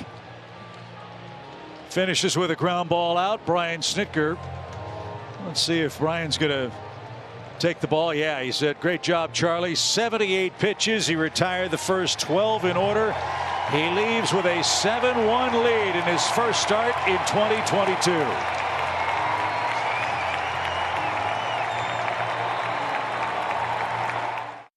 Extra innings baseball in San Francisco. The Marlins and the Giants. Austin Slater rips a shot into the left field corner. Darren Ruff picking him up, putting him down. Can he score? Yes, he can. He beats the throw to the plate. And in 10 innings, the Giants, who are champions of the National League West, beat the Marlins 6-5. Man, get Darren Ruff some water. Yeah. Get the piano off your back. Big fella coming hard. It's like the Giants are keeping that magic that they had last year. And speaking of magic, how about the magical run for A.J. Minter in postseason play? Part of the night shift, the Braves relief corps. Minter, a terrific 2021 regular season. Will face Tyler Naquin. With Jake Fraley at second base, he's the responsibility of Charlie Morton, who left after allowing 2 hits in 5 1/3 innings tonight. Yeah, Charlie, I thought was outstanding. Great first start for 2022. First pitch swing, Naquin. Duvall driven back to the edge of the warning track. He's at the wall and up against it, makes the grab. Fraley tags and moves to third. Naquin scorches that ball, but ran out of real estate. 2 outs. Yeah, don't hit it to left field if you want to leave the yard. Those 2 balls that Dansby and now Naquin have been hit harder than the ones to right field, but as you can see, it just kind of dies. I think you're going to see Brian Snitker run the gauntlet tonight. I think you're going to see Smith and Matzik in the 7th and 8th and Jansen in the 9th. Well, that was your Fort Keys, 7, 8, 9. And it's a good chance to get them out there. They need to pitch. They haven't pitched in, what, 3-4 days? So Tommy Pham, runner at third, 2 outs. That's challenge too, isn't it? With the DH, managing your pitching staff is, well, it's always a difficult challenge, but even more so when you factor in short spring training, first outing, and new guys that you want to help settle in. Yeah, and that's why you said I think it's a perfect time to get these guys in tonight. The longer you go without them pitching, it's like opening day, you know, for these guys. Whenever they get in, it's going to be the first time, so there's going to be some butterflies. How many more starts would a guy like Charlie Morton say need to continue pitching in a game like this? I would say he's another, if he went, what, 77, 78 today, he's probably 90, and then I think he's ready to go. I mean, I think that's a natural progression. Usually these guys would have 2 more starts in spring training, so by opening day, a lot of them are ready for 100 pitches. Now you got guys like Max Scherzer who threw, what, 75 his first spring start. Yeah, correct. But there's not many of those out there. So the Braves are again monitoring the natural progression for all their starters and their relievers for that matter too. 14 straight days without a day off to start the season. That in and of itself is not a big deal, but the fact that, again, as Rick Cranitz said, these guys are 2, maybe 3 starts shy of what they would normally have coming out of spring training and going into the atmosphere and the adrenaline rush of games that count. That's all factored in.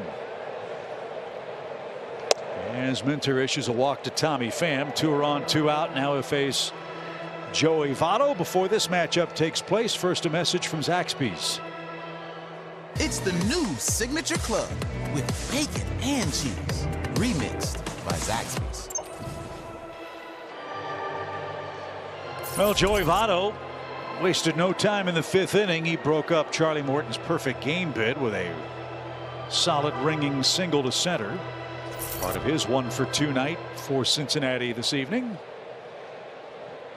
See if AJ can get him and get the Braves offense back to work, leading 7-1.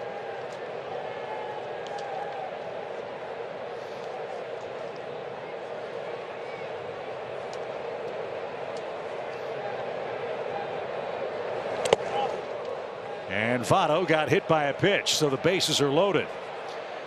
That's not what Minter had in mind. Fraley at third, Pham at second, Votto at first, bases loaded without benefit of a hit in the inning. That one just rode up, and Votto just... That got everybody. Yeah.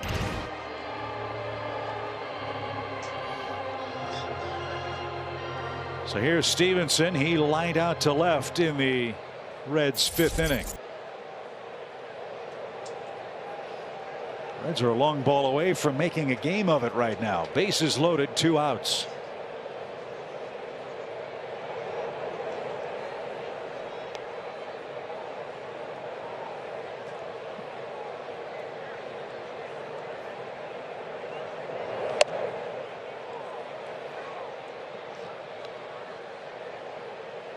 And Stevenson, a local kid. Terrific defensive catcher. No errors in over 680 total chances last year. But as you see in his brief career, he's had good luck with the bases loaded. 1 ball, no strikes, 7-1 Atlanta.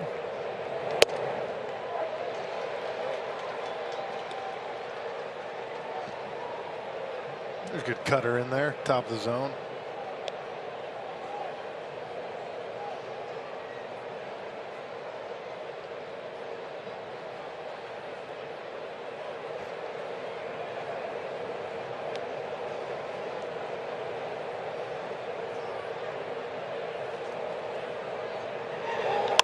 On the ground, Riley can't get it. It deflects off him into left field, and 2 runs are going to score. So Minter got the ground ball, but it was perfectly placed, and just like that, Cincinnati's down 7-3. Yeah, that's where it's so frustrating sometimes. Said the ball wasn't hit hard. He got soft contact, just placed right in the perfect spot.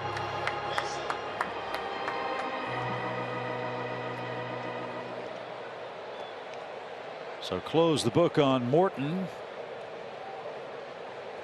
Charlie allows 2 runs in 5 1/3 innings. Pham is Minter's responsibility, as are Votto and Stevenson. Now Senzel is the batter. He doubled off the wall and right, you'll recall, last time up. You may not know the names of some of these guys in the Cincinnati dugout. They can score runs in bunches. They scored 6 last night. They've got 2 here in the 6th inning. I need to get out of this. Make a pitch. 3 runs on 3 hits, but 2 walks in the 6th inning have come back to hurt the Braves. Broken bat. Dansby's got that. And the peg to first off target, but Olsen stayed with it and applies the tag. Cincinnati's out in the 6th. Braves lead by 4 now in game 2.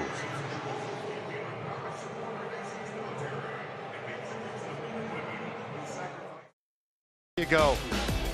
That inning, MLB average down to first base, 4.48 seconds. Ozzie does it in just a tick over 4. Gets that extra run in a game like this, as you're seeing our StatCast 3D powered by Google Cloud. That's what separates Ozzie, makes him so phenomenal. Just that extra run right now, which with the Reds scoring a few, it's a huge run. That was almost as fast as Paul Berg when he challenged the freeze. And Paul probably would have beat him if he didn't blow out. Yeah. Yep. Hope Paul's hammy's repaired and recovered. Might see him race the freeze again in 2022. Yeah, and I think Paul, looking back, probably all that training for 2 months, he regrets. A lot of wasted time with the chickens and the horses at the ranch.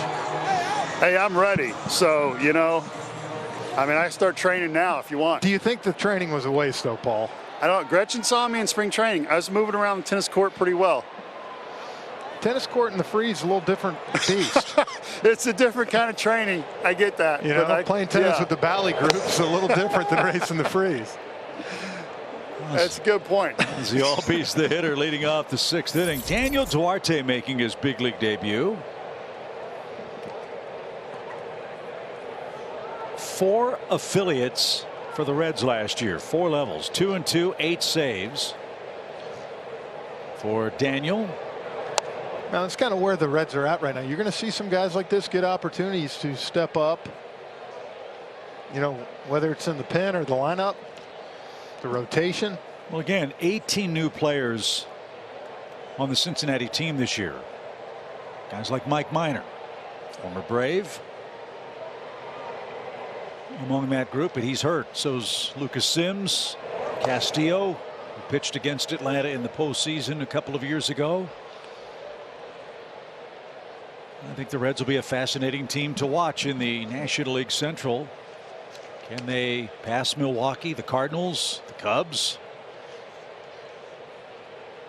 With a whole host of new players, including Daniel Duarte, who's debuting against the world champs tonight. And Ozzie takes one at the knees and is called out on strikes. Didn't like that one from Hunter Wendelstedt, but Duarte's first batter faced, called 3rd strike. Yeah, I think Ozzie's going to go back and look at this one, and it's a tough pitch to take. 97, bottom part of the zone. It just kind of stayed there. And I know what you're thinking, the catcher was set up, but tough pitch to take.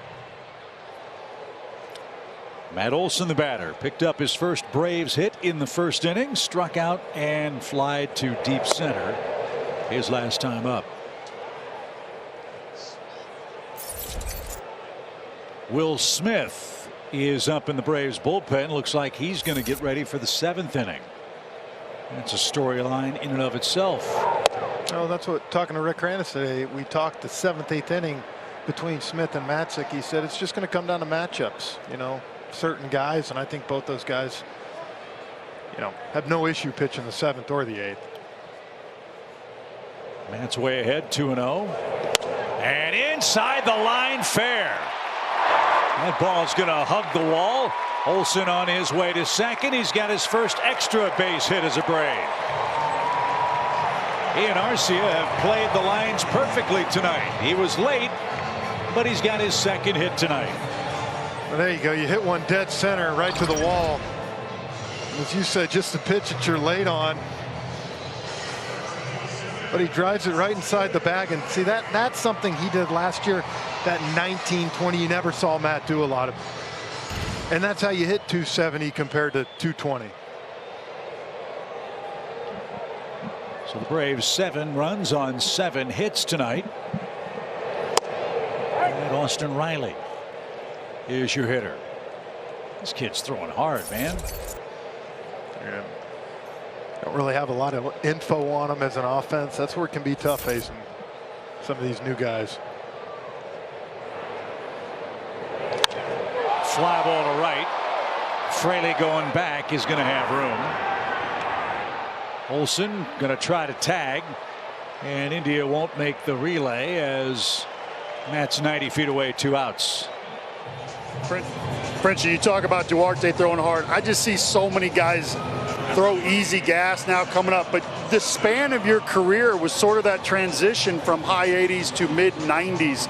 Did you notice that going up each year? Yeah, well, you know, every year as it got later, you saw more and more guys. I remember Birdie by like 2013-14, you'd be up 8-0 in a game, and instead of seeing the mop-up guy come out throwing 90, he's throwing 98. Yeah. And you're kind of like, what, this is the guy we're facing right now? But again, though, I think guys are so used to it now that 98, yes, as hard as it is, it's got to have some movement. It's got to have location. It's got to have some life to it. If not, you know it, Birdie. These big league hitters now see it all the time. They're going to time it up. Marcell Ozuna, the hitter for the Braves. He's 1 for 3 with a run scored. Braves lead 7-3. We're in the home 6th. I mean, a perfect example, Spencer Strider last night, I thought, and what we saw in spring training, Birdie. Last year, you know, how do you move up 3-4 levels like that? Not only are you throwing hard, but you're hitting spots, and that's what he did last night. I was talking to him in the locker room, and he's saying it's not always easy to throw up in the zone and hit your spot and get the swing, and if they don't swing, get that strike, but he mastered it last night. Votto gives chase. That's near the netting and into a crowd of 40,234. Great crowd. But you just saw Ozuna swing there. Riley just missed that fastball to right field. These guys see it enough. They're ready to go on it. Marcell will have to protect the plate. Be nice to get Matt Olson home here with 2 outs.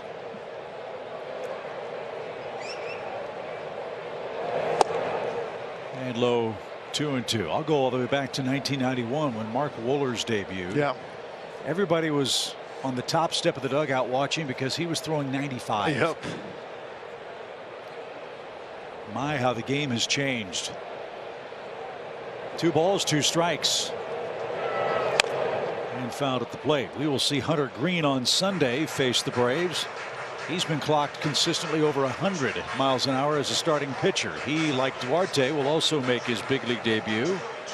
Ian Anderson is going to start for the Braves and make his first outing of the year.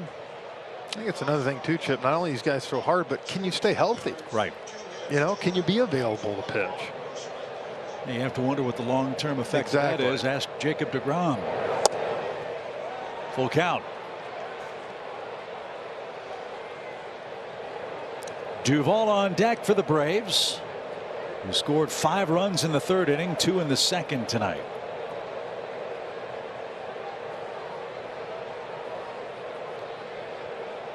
Here comes the 3-2.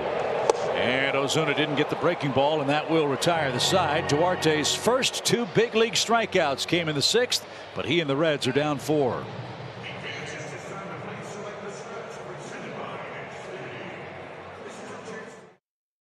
enjoyed tonight's game summary brought to you by T-Mobile, the leader in 5G coverage.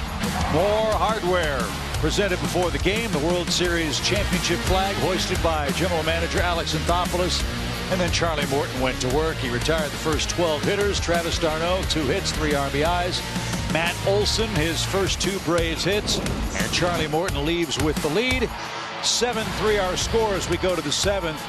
And to my point, Jeff, about a story in and of itself, Braves closer Will Smith, closer last year, now is going to come in and pitch the 7th inning in his first appearance in 2022. Yeah, I think the one thing you can say, some struggles early on last year, pitched phenomenal in the postseason. And more importantly, Chip, shows you what type of guy he is when Alex Anthopoulos calls him, and what does he say? Sign Jansen. If you got a chance, bring him on. Yeah, if we have a chance for another parade, I don't care what inning I pitch in. And the other part of that is, how about the transparency and the care for his players that Alex Anthopoulos showed in going to Will Smith and saying, hey, this is something we're trying to do. Yeah. Well, it reminds you when Venners, O'Flaherty, and Kimbrel, any of those guys could have pitched the 9th inning. And it's the same thing here. Yeah. Will Smith, Matzek, Jansen. I guarantee you Snit has no problem putting any of those 3 guys in a safe situation. Unfortunately, only one guy can do it. So Mike Moustakas stands in the way for Cincinnati here in the 7th inning. And I'm guessing, as you look at the lineup card, this sets up Smith, Matzek, Jansen, right? Absolutely. So we'll see how it plays out. What a thrill for Will Smith, another Atlanta native, to get that ground ball to Dansby Swanson for the final out in Game 6 of the World Series. I know, it's funny. You got an Atlanta native, ground ball fielded by an Atlanta native, and then the guy that was here for the longest, Freddie, gets the final out. Pretty awesome. 1 ball, 1 strike for Moustakas, who has a sac fly tonight. What do you credit Will's turnaround in the final couple weeks of the season and into the playoffs? I thought that game against the Padres, bases loaded, nobody out, and he struck out 3 hitters, was a huge turning point for him. Well, I thought he threw more fastballs too. He didn't just rely on that first pitch get me over, because guys started to kind of sit on it, I felt like, at times. His fastball is plenty good enough. Well, and that's the thing. I think we talk about that velocity, and I think Will sometimes, well, I only got to throw 93, 94 now. Well, his 93 with movement with that slider, as you said, plenty good enough to get the job done. 2 balls, 2 strikes for the Reds leadoff man in the 7th inning, Mike Moustakas. And he chased some high heat. There it is, Jeff. 91 miles an hour. But you throw 2-3 good slider curveballs like that, and that looks 96. Watch as climbs the ladder. Can't get to it. So Will's season off to a good start. Here's Farmer. 0 for 2 is he. Well, and you might say, okay, you got Smith and Matzek. They're both lefties. Why matchups? Well, if you remember, Matzek, a lot tougher against right-handed hitters than left-handed hitters.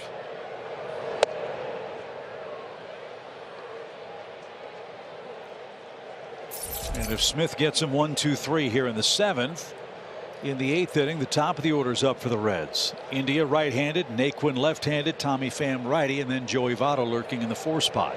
Yeah, so you can get Smith to throw to 2 or 3 lefties and Matzek 2 or 3 righties.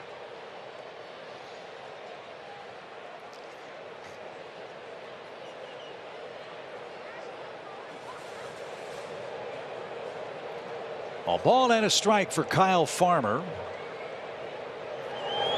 Interesting story on Farmer. He's the 6th different opening day shortstop for the Reds in the last 6 years. How about that? I did not know that. I did not either.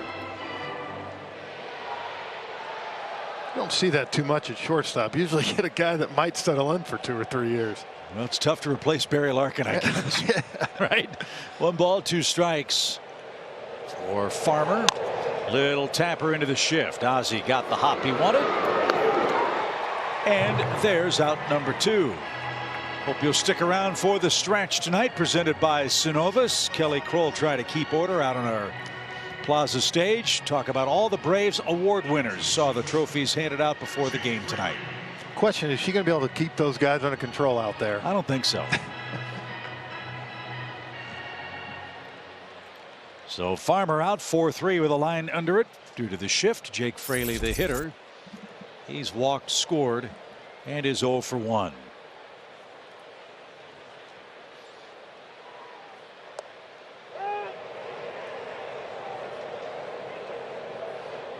Another shift on for the Atlanta defense.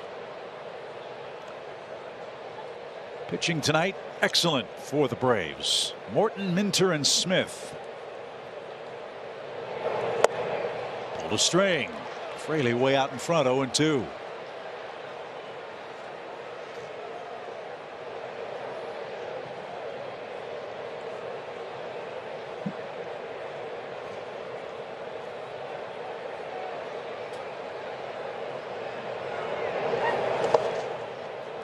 Boy, Darno's taking some punishment this inning, isn't he? If you're going to miss in front of the plate. Braves feel real good about their catching combo. They've got Darno and Manny Pena. But a real rarity for Atlanta, they're carrying 3 catchers. William Contreras is also on the opening roster. And he's played some outfield. Might see that here. As this one's lined into the shift, Riley is there, reaches up at the last moment. And that takes care of Fraley and the Reds. Will Smith, a 1-2-3 7th, as we send you to Kelly and the gang for the stretch. The Stretch is brought to you by Synovus, the bank that helps you get there.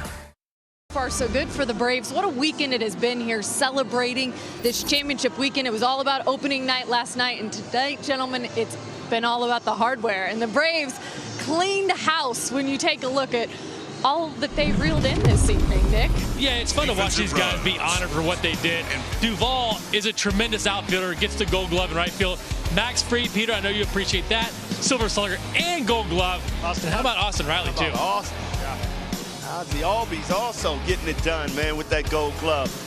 I just love it, man. We talk about this infield doing a terrific job, and to see 2 guys win the Gold Glove, I mean, it's a tribute to their hard work, and I expect the same thing this year. Well, that hard work is going to continue. You look at the amount of work they put in with Ron Washington every single day. I would not be surprised if you get multiple Gold Gloves this year, coming from third base, maybe second base too. Well, how about Max Fried, though? I was just going to say, a smile, ear to ear. Don't forget about it. Slugger pitcher ever because of the new DH rule. So kudos to my man Max Fried. And he knows it. Maximus. That's right. That's right. So what? Opening night, hardware, and tomorrow it's all about the bling. They just got to finish things off here tonight, and we will send it back to the booth after a quick word from our friends at Synovus. Wherever potential leads you next, get there with speed. Get there with scale. Get there with a bank you trust. Synovus. Get there. Kelly and guys, great job with the stretch. Good job for the Braves so far tonight. 7-3, bottom of the 7th inning. Another inning and another Major League debut for Cincinnati. This is Alexis Diaz, the younger brother of Mets pitcher Edwin Diaz. That's what he did at AA last year. Has he got the slider that Edwin does? That's a lot of strikeouts. In only 43 innings. Yeah. So you know what his game is. As we enjoy game number 2 of a young season here at Truist Park. Packed house. See that on our live cam, brought to you by Xfinity. Here in the 7th, Duvall, Rosario, and Darno coming up. Man, it is great to be back at the ballpark, isn't it? Oh, so nice.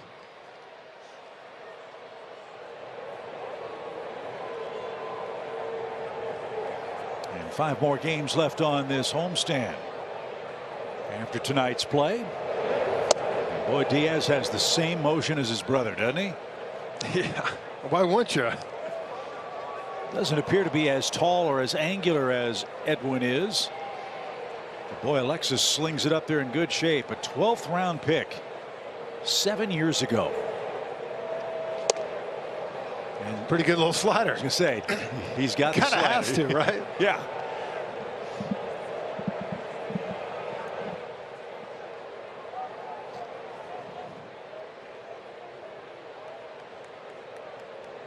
One ball, one strike. These can't be comfortable at bats for a big league hitter. He comes in throwing hard, no idea. Like you said, when you don't have any info on him, you try to explain that the best you can. But it's like, it's not always fun, yeah, facing Scherzer to the ground, but at least you know what they got. Can you say, hey, he pitches like his brother? Would that help you as a hitter? Yeah, to a certain extent.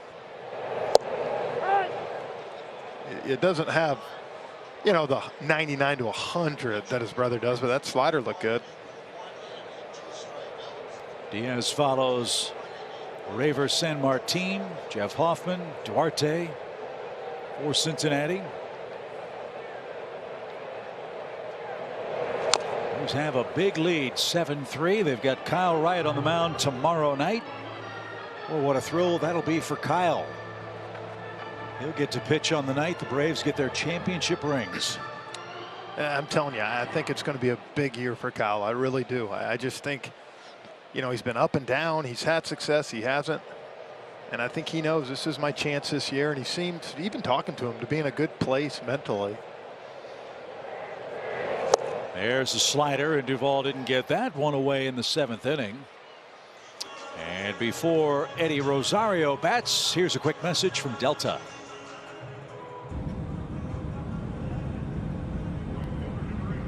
Delta, proud to be the official airline of the 2021 World Champion Atlanta Braves.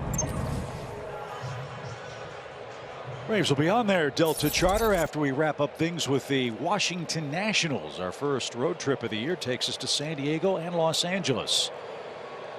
But some unfinished work left with the Reds. 2 more games against Cincinnati. And then Monday, Tuesday, Wednesday, Washington is here.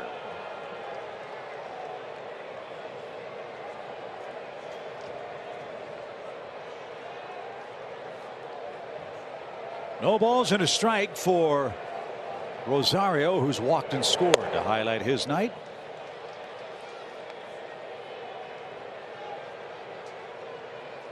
And as we suspected, Jeff, look who's up in the bullpen. Tyler Matzik getting ready for the top of the Reds order in the top of the 8th inning. Will Smith looked terrific.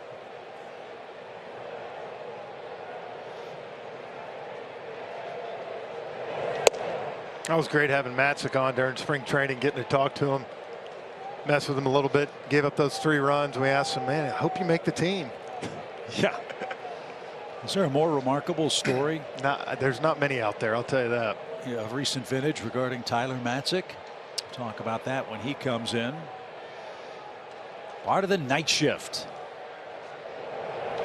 On the ground, right to India. And Jonathan whips that over to Joey Votto, and 2 men are out. Get more team coverage with full game replays and highlights. Braves baseball streaming on the Bally Sports app. And that's presented as always by our friends at T-Mobile.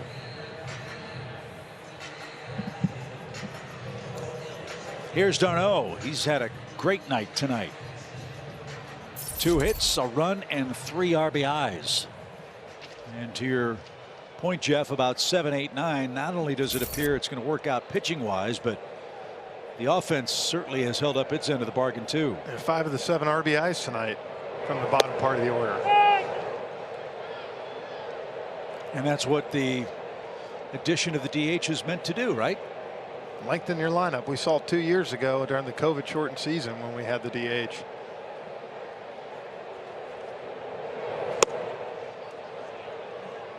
Like this guy's arm action, boy. He's got a wicked slider.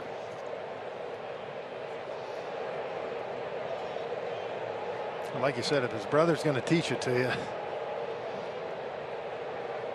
No balls, 2 strikes. And that one tipped and caught. Like Duarte, his first big league inning results in a couple of strikeouts. To the 8th we go. All Braves 7-3. Strike 3. Matzik. The biggest 6 outs you will ever see. Brian Anderson on the call in the playoffs last year, and he's exactly right. The job that this guy did in postseason play was ridiculous. 24 strikeouts in 15 2/3 innings. He was the anchor of the night shift with that sparkling 1.72 ERA. Yeah, he was outstanding this postseason. Hey, look, he had a great year, but he really made his name for himself in the postseason. Not bad for a guy who was a high draft pick with the Colorado Rockies, a starter who won his first major league game against the Braves, then dealt with the anxiety and control issues. 5 years away from the major leagues. And on the recommendation of Walt Weiss, who was his manager with the Colorado Rockies, took a flyer on Tyler Matzik, and as they say, the rest is indeed history for him. Well, Walt, the one thing he said is, I knew the makeup of the kid, and he said that's one thing that helped. And he's all business on the mound when you're around Tyler. And look, our interactions last couple years have been somewhat brief out of necessity. But when you do get a chance to spend time with him, this guy has one of the driest, best senses of humor. It's funny. Really happy for all the success that has come Tyler Matzik's way. A true story of persistence. Yeah, I'm not much for social media, but apparently he's trolling a lot of people. Well, I'll let you know what that means later, but yeah, I don't know what that means, but I do know that when Dave Roberts of the Dodgers guaranteed that the Dodgers were going to win the World Series, he made one of the Back to the Future movie references, right? Roberts got into his time machine and fast forwarded and all that. 2 balls and a strike for Jonathan India, the Reds leadoff man, outside, ball 3. But as you said, maybe the funniest story for Matzik was he almost got arrested in his own World Series parade. That was unbelievable. The pitch. Got under it, popped up. Ozuna gallops over. He says he's got it. 1 out. Nice comeback for Tyler Matzik. Fell behind in the count. And Ozuna battling the wind. Makes a clean play for the first out. Here's Naquin. Oh. Snow coned it.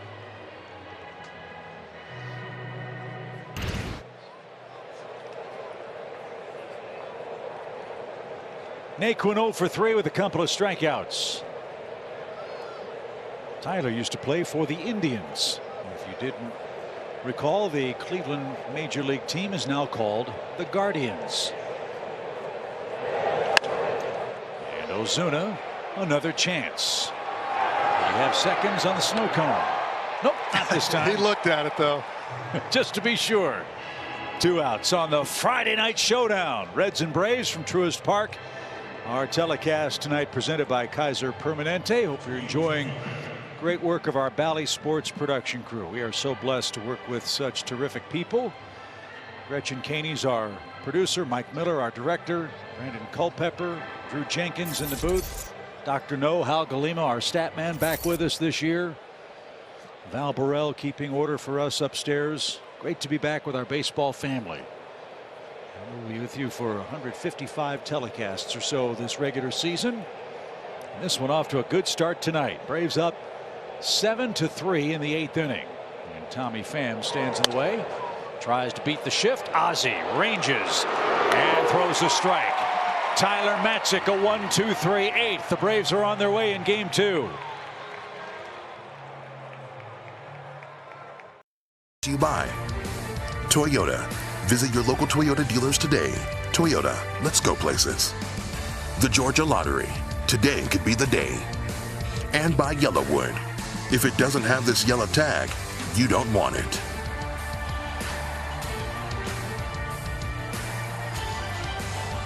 Braves look to add on in the 8th inning, leading 7-3. Cincinnati will go to its bullpen yet again. They'll bring on a Georgia native. The pride of Rockdale County High School in Conyers. It's Buck Farmer. former pitcher with the Detroit Tigers.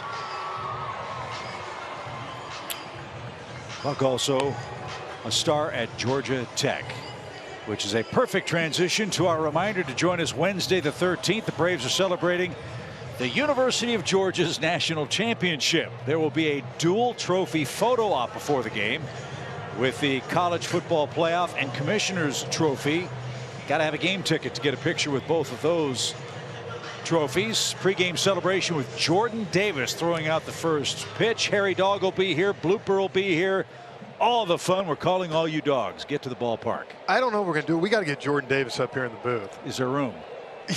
That's a good point.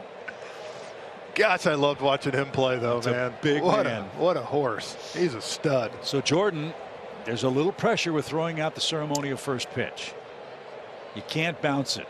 Well, I don't know if you're going to be able to see the baseball in his hand. By the way, Chipper threw out the first pitch last night. He did. Yep. I think, what, they play a crazy train for him? They did. And he threw a strike, Darno. I would expect him. Greg McMichael caught him. Greg McMichael caught him. Yeah, but I texted him after the game. I said, congratulations. He said, thank goodness it was over. That's a tough assignment. Well, someone's got a 50th birthday coming up in a couple of weeks. Yeah. Yeah. That's the age when you stop counting, Jeff. Just preparing you for later in your life. 1 ball, 1 strike for Dansby Swanson. As Farmer turns it loose. And it's 1-2. In the Reds press notes, they talked about a terrific performance from Buck while he was a high school pitcher, which kind of made me laugh when I read it. First the pitch, as Dansby didn't get that. He's down on strikes. Farmer established a school record at Rockdale County High School with 22 strikeouts in a game. But they said in the press notes they had a little misspelling. Instead of saying Dracula High, they put Dracula High. It's Dak. It's tequila. That's so, all right. Little spell check problem. But no problem for Farmer on a daily strikeout. 22 guys in a game. Wow.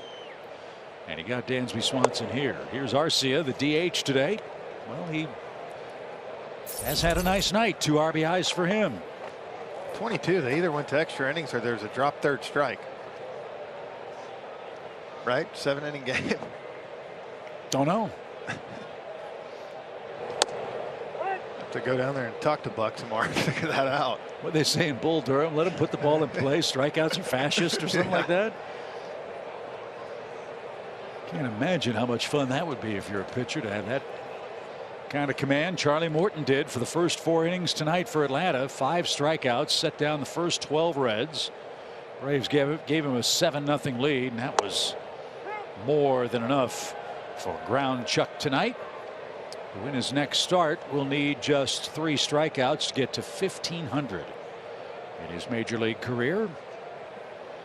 And Charlie tonight in line to beat the Reds for the first time since 2015 when he was a member of the Pirates. So a lot of good things for Atlanta in the second game of this 2022 season. 7 runs on 7 hits. As Arcia awaits a 2-2 count from Farmer. And he chased the high heat, didn't get that. 2 strikeouts for Buck. And let's enjoy a quick message from Truist. Jessica was born to care. That's my best friend. She don't need no. Miss Hogan's class? It's Atlantis. Today, she's a teammate at Truist, the bank that starts with care. This Reds bullpen from the 5th inning on here has done a pretty good job tonight. Yeah, Duarte and Diaz, big league debuts, 4 strikeouts in 2 combined innings. Farmer's punched out a couple of guys. Braves got to San Martin early and often. They struggled in the first inning just a touch, but Jeff, once they saw that changeup, word got out quickly. Yeah, and they did a great job, had a great game plan, and really worked his pitch count, got him uncomfortable, and took advantage. I think too a little bit of this, it's, you know, we talked about 46 at game time. It's gotten colder. Yeah. It's not easy hitting conditions. And Kenley Jansen is getting ready to make his Braves debut. It's not a safe situation. The lead's too big. I think Brian and Rick Kranitz do a really good job of not letting rest turn to rust. Oh, yeah, and look, he wants to get in a game. I mean, this is his first time he's pitched his whole career with the Dodgers in a Braves uniform. I'm looking forward to seeing the big fella. I like him in a Braves uniform a lot better than the Dodgers. And I think we're going to like his entry song a lot better than what he played in LA too, right? Yes. Way ahead is Ozzie. 3 balls and a strike. 2 outs in the Braves 8th.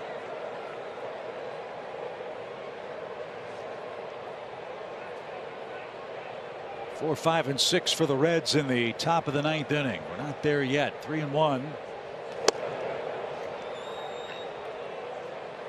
95 and cutting.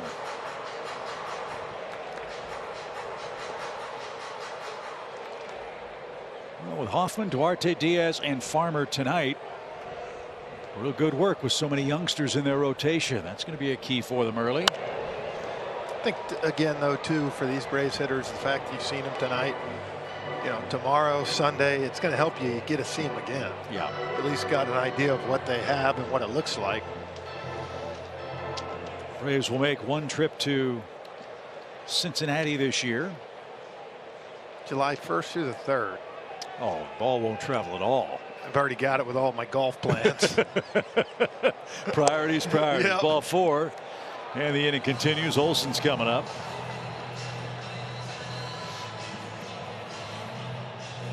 Well, if this score holds, the Braves will already be ahead of schedule in 2022. Remember last year they started 0-4. Yeah, that's why, you know, you lose last night. I'm saying, well, you know what? Maybe it's good luck. We've lost 4 in a row now, and it's turned out all right at the end of the season. Good night tonight for Matt Olson. Again, it was so great of Braves country to welcome him so warmly last night. First 2 Braves hits in this game. And a bid for another one is going to drop into right field. He's got 3 hits. Ozzie's going to turn the corner, turn on the afterburners, and he'll slide in safely. Matt Olson 3 for 5 tonight. That'll settle you down, make you feel good. Got jammed here, but again, he's so big and strong that he's able to just kind of float it in the for a base hit. Do you think pitchers just can't believe that as far away from his body his hands are that he can get to that ball inside? Yeah, but you know, as the season goes, we'll show you as you slow down his swing, though, you really see he does get the bat to a good position to hit. It might start out there, but eventually he gets it to where he needs it. Chance for some insurance for Riley. 8 hits for the Braves tonight. Riley 2 walks. He reached on a dropped fly ball in the 4th and then flied out to Fraley in his last trip to the plate. And that's the pitch that has really made the difference for Austin Riley. First 3 weeks last year, he's swinging at that ball, trying to hit it over the State Farm sign. And when you're up 7-3, you got 1st and 3rd, you know, you might say, hey, I'm going to try to get greedy here, get aggressive, but he's going to make him throw him the strike. And that's the maturity of a hitter. That's the old equalizer. 95 under the hands. Yeah. Spots like this, Jeff, are why Austin earned so much MVP consideration.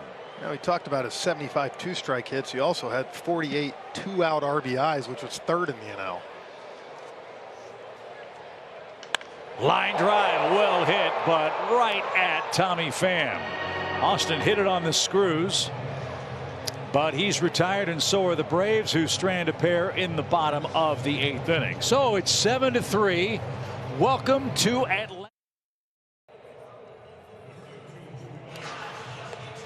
7-3 Braves. Kenley Jansen, but Jeff, this man might be the most accomplished closer of his generation, and he's now wearing Braves colors. Well, you can see those numbers, and they speak for themselves. But what's tough is you got 6'5", 265 coming at you on the mound. It's intimidating. It's tough. The ball, he releases it so far out that it's tough. And yes, he might not have 95, 96 like he used to with that cutter, but he's throwing a curveball now. It's been really effective for him. And look, I thought that was, after all the signs they did to get him, kind of that last one to wrap it up, I thought it was outstanding. You see that last year, 69 games, 86 strikeouts, and only 69 innings. And you've known Kenley a long, long time, right? I have. I've known him since he was about 13, 14. His older brother, Ardley Jansen, played in the minor leagues with the Braves, and he came up as a catcher. He actually came to Rome, Georgia, asking Brian McCann for his catching gear because he was as big as Brian at 14, age 12? 13, 14, yeah. Well, Kenley Jansen versus Joey Votto. You saw Guillermo Heredia in to play left field. Braves have their all-hands team in late, as Kenley, who dreamed of being a Brave, finally is with this first pitch to Joey Votto. And he overcooked it just a bit. 1 ball, no strikes. Kind of an up and down year for Jansen at times last season, but Jeff, you saw him in the playoffs last year quite a bit. What was the biggest difference for Kenley Jansen? Really, it was an up and down first half for him. The second half, he got hot and really kind of took back his closer role. And like I said, more than anything is, I thought he kept the ball down, but he worked that curveball more. You know, he's 92, 93 now with that cutter. It's got the natural cut. But I thought what he did a good job is throwing that curveball. Guys couldn't really cheat on it anymore, and he was about unhittable in the playoffs. I think the only ball they squared up against him in the playoffs last year was Eddie Rosario smoked one to center field that he caught right at the warning track. And that was about the only ball that was hit hard off Kenley. You mentioned Kenley's size and his stuff. First, the 2-1 pitch to Votto. Lifted toward left, curling toward the stands and into them. We were talking with Rick Kranitz, and I thought it was interesting what Rick had to say about Kenley and what makes him so tough from a hitter's perspective. Well, he said, you know, his first bullpen this year, he just wanted to watch him. He's like, you know, I'm not going to say anything, I'm going to watch him. He said just the concentration, his eyes, he said he just looked like I'm a closer. And I think that's why it's so, he's experienced. He's been through it all. 2-2 pitch. Ooh. Kenley wanted that. And it was slightly off the plate. And look, Joey Votto knows the strike zone just about as well as anybody in the game. So this is a great matchup. Jansen versus Votto in a 4-run game in the 9th. And that one a little further outside, a leadoff walk. So Votto is aboard in front of Stevenson, who has a 2-run single to his credit. And that's why I think this is such a perfect game. It's not a 1-run game for him. As good as that baseball card is, like I said, there's some butterflies for him tonight. You know, he grew up a big Braves fan.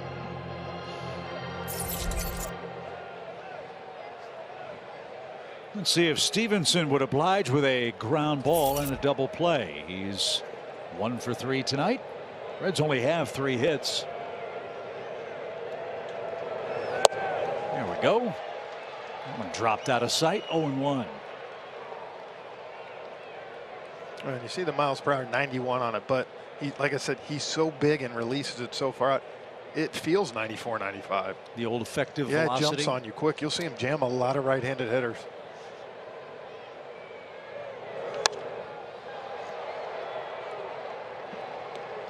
Quickly, 0-2.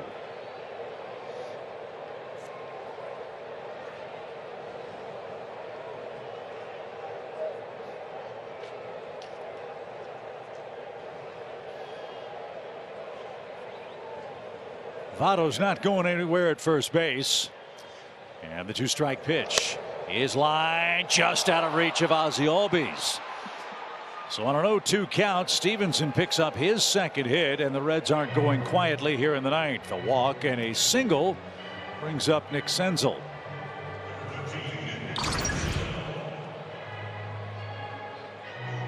He got too much of the plate on that 0-2 pitch. Trying to go away with that cutter and kind of left it middle. That's usually where he's been tough in his career, with 2 strikes, opponents hitting 114.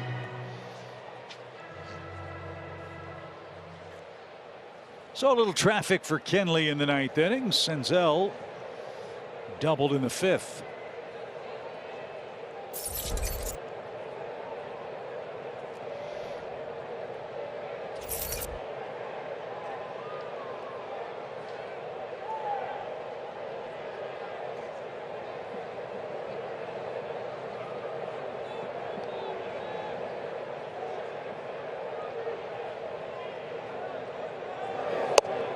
Powder River right on by at 92, 0-1.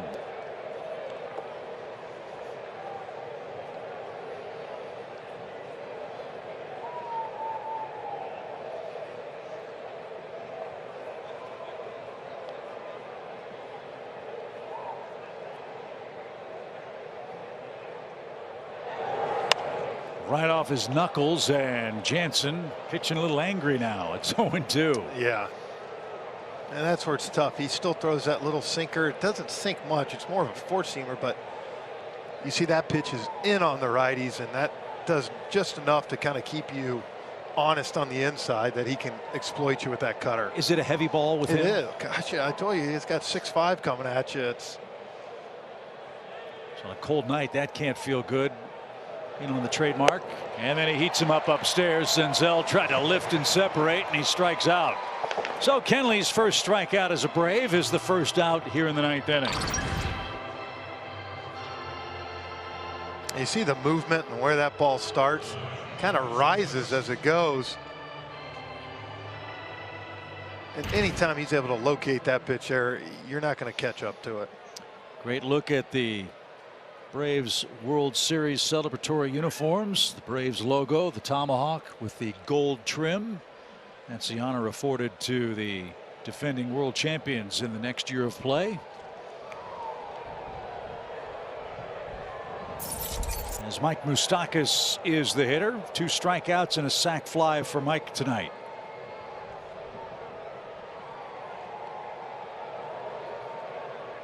$40,000 plus at the ballpark tonight, and figure to have as many for Game 3 of the series, and we'll have it for you here on Bally Sports. Kyle Wright will make his season debut for Atlanta. We're trying to follow up Charlie Morton's 2 runs in 5 1/3 innings pitched tonight. Charlie was outstanding.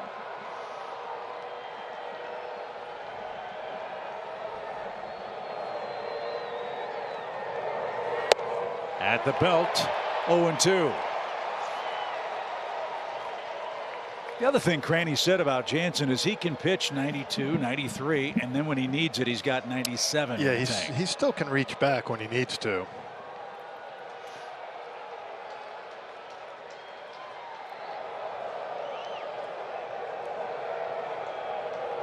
No balls, 2 strikes for Mike Moustakas. Little dribbler. Got to hurry if you're going to turn this. The Braves settle for 1 at second. And Votto to third. Moustakas at first. Stevenson forced, and the Braves are an out away from their first win.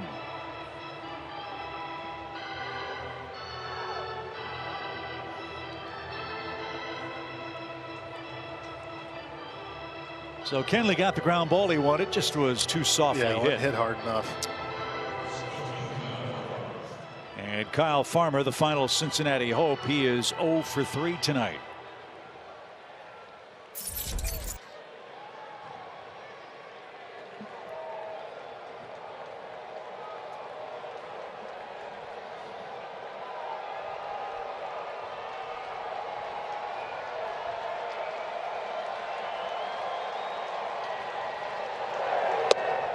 All of a sudden, Kenley's found the mark. Well, I think like anything, those first 5-6 pitches, he missed up. Adrenaline, butterflies. Now you see he's got that nice downward plane coming on the ball. Couple more strikes, and we'll send you to Braves Live, presented by Xfinity. The post-game show follows us, and now we're a strike away. Kelly, Nick, BJ, Peter ready for the Braves to even their record.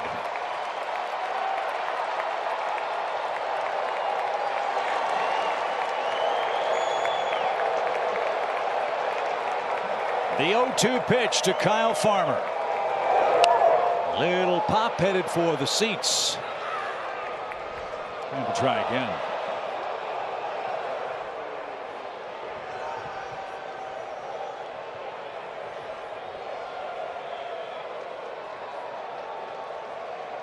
Big crowd standing by for fireworks after the game tonight. It'll be a Friday feature again at Truist Park. 5 runs worth of fireworks in the 3rd inning tonight, enough for Charlie Morton. Now the 0-2 pitch.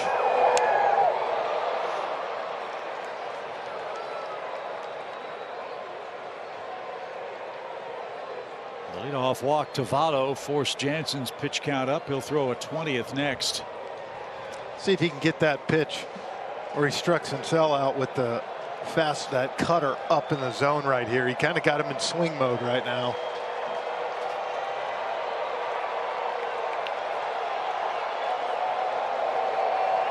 Here we go, 0-2. And a little shot into shallow right field. That's going to fall in for a base hit. The Braves had the shift on, and Farmer on an 0-2 count picks up the second 2-strike hit of the inning against Jansen. That brings home a run to make it 7-4. And the leadoff walk comes home to score. Well, the second time, look at that. That's a great pitch. He gets weak contact just in the wrong place.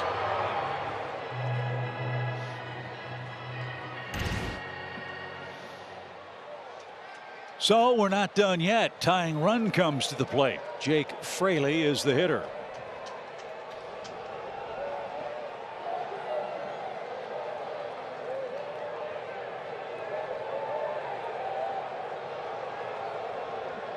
Fraley scored the second Cincinnati run back in the 6th inning.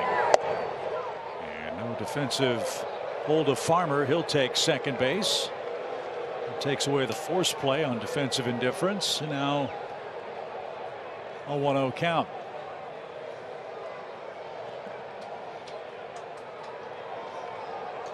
Chilly night. Jansen thrown 21 pitches, 16 strikes, but he's given up a run.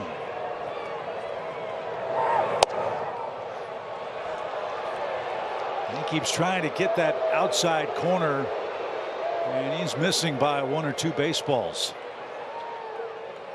Good take by Fraley. 2-0 the count.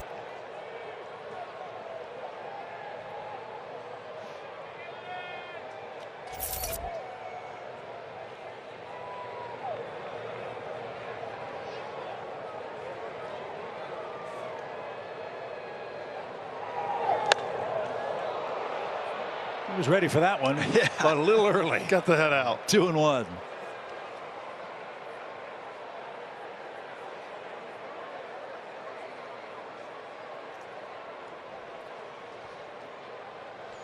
Don't want to get to Naquin or Pham in this inning. Fraley's the 9th place hitter and the 6th man to bat in the inning.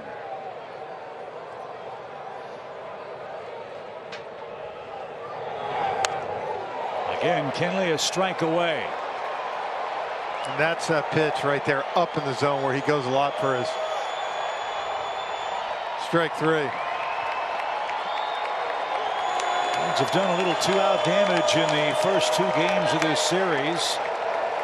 7 of their 10 runs have come with 2 outs. Let's see if Jansen can put them away here. 2 balls, 2 strikes, 2 on, 2 out, 7-4 Atlanta game.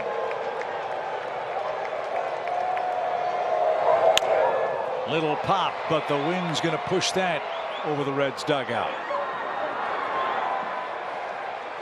And now with a pitch count of Jansen in the mid-20s, more action has begun in the Braves bullpen. Sean Newcomb. That's the other part. You have to worry about and manage. Workloads for 1-inning guys. Jansen at 25 pitches. And a base hit. 1 run is in. Here comes Heredia. He's going to not make a throw to the plate. And the Reds are down a run.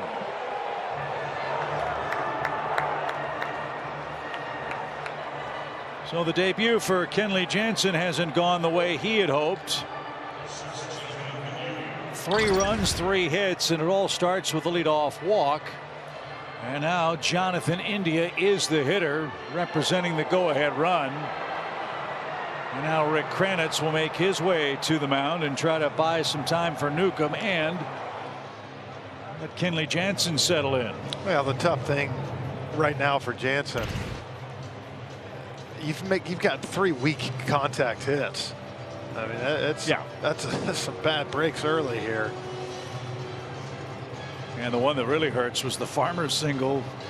Had the shift on. He hit it right to where the second baseman will probably be next year. So Jansen versus India, who's 0 for 4 in the game. A 3-run ninth. All started by a leadoff walk to Joey Votto. Beware of India. He's not afraid to lean into one if you pitch him inside. He was hit by a pitch 25 times last year. Something else to think about. And he drops in strike 1. He's gotten to strike 2 a couple of times. He just hasn't been able to finish him off. Yeah.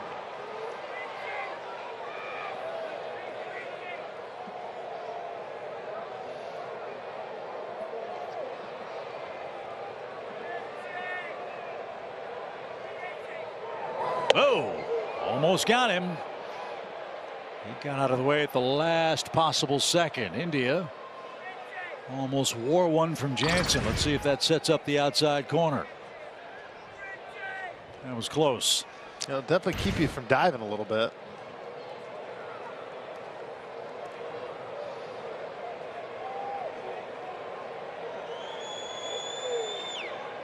One ball, 1 strike.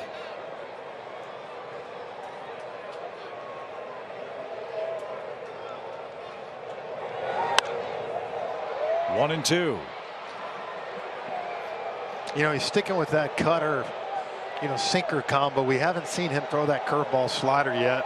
And, you wonder on a cold night like that if he, it's his second, third best pitch. All 3 hits this inning have been with 2 strikes. But again, it's been weak contact. They've just found the hole. So 1-2 count. Pitch number 30 of the inning. Stroke to center. Ballpark's going to hold that. Duvall retreats and the Braves have their first win. 7-6 is your final score. Reds strike for 3 in the 9th inning, Jeff, but a 5-run third, and Charlie Morton told the tale for Atlanta in game 2. Yeah, look, a lot closer than you wanted to here at the end, but I thought tonight offensively they had a great game plan early. Give credit to the Reds bullpen. They did a good job of keeping the Braves at bay, but I think you saw what the offense can do. And Charlie Morton, Chip, I agree. He was a story tonight. He was outstanding, picked up right where he left off, and you got to feel good about that. Win number 108 in the great career of Charlie Morton. The Braves even their overall record this season at 1 up, 1 down. Big night tonight as well for Matt Olson with 3 hits, 3 RBIs for Travis d'Arnaud. And the veteran members of the night shift, Minter, Smith, and Matzik, also terrific as well. Jeffrey, great start to the 2022 season. Can't wait to get back after it tomorrow night with Kyle Wright on the mound.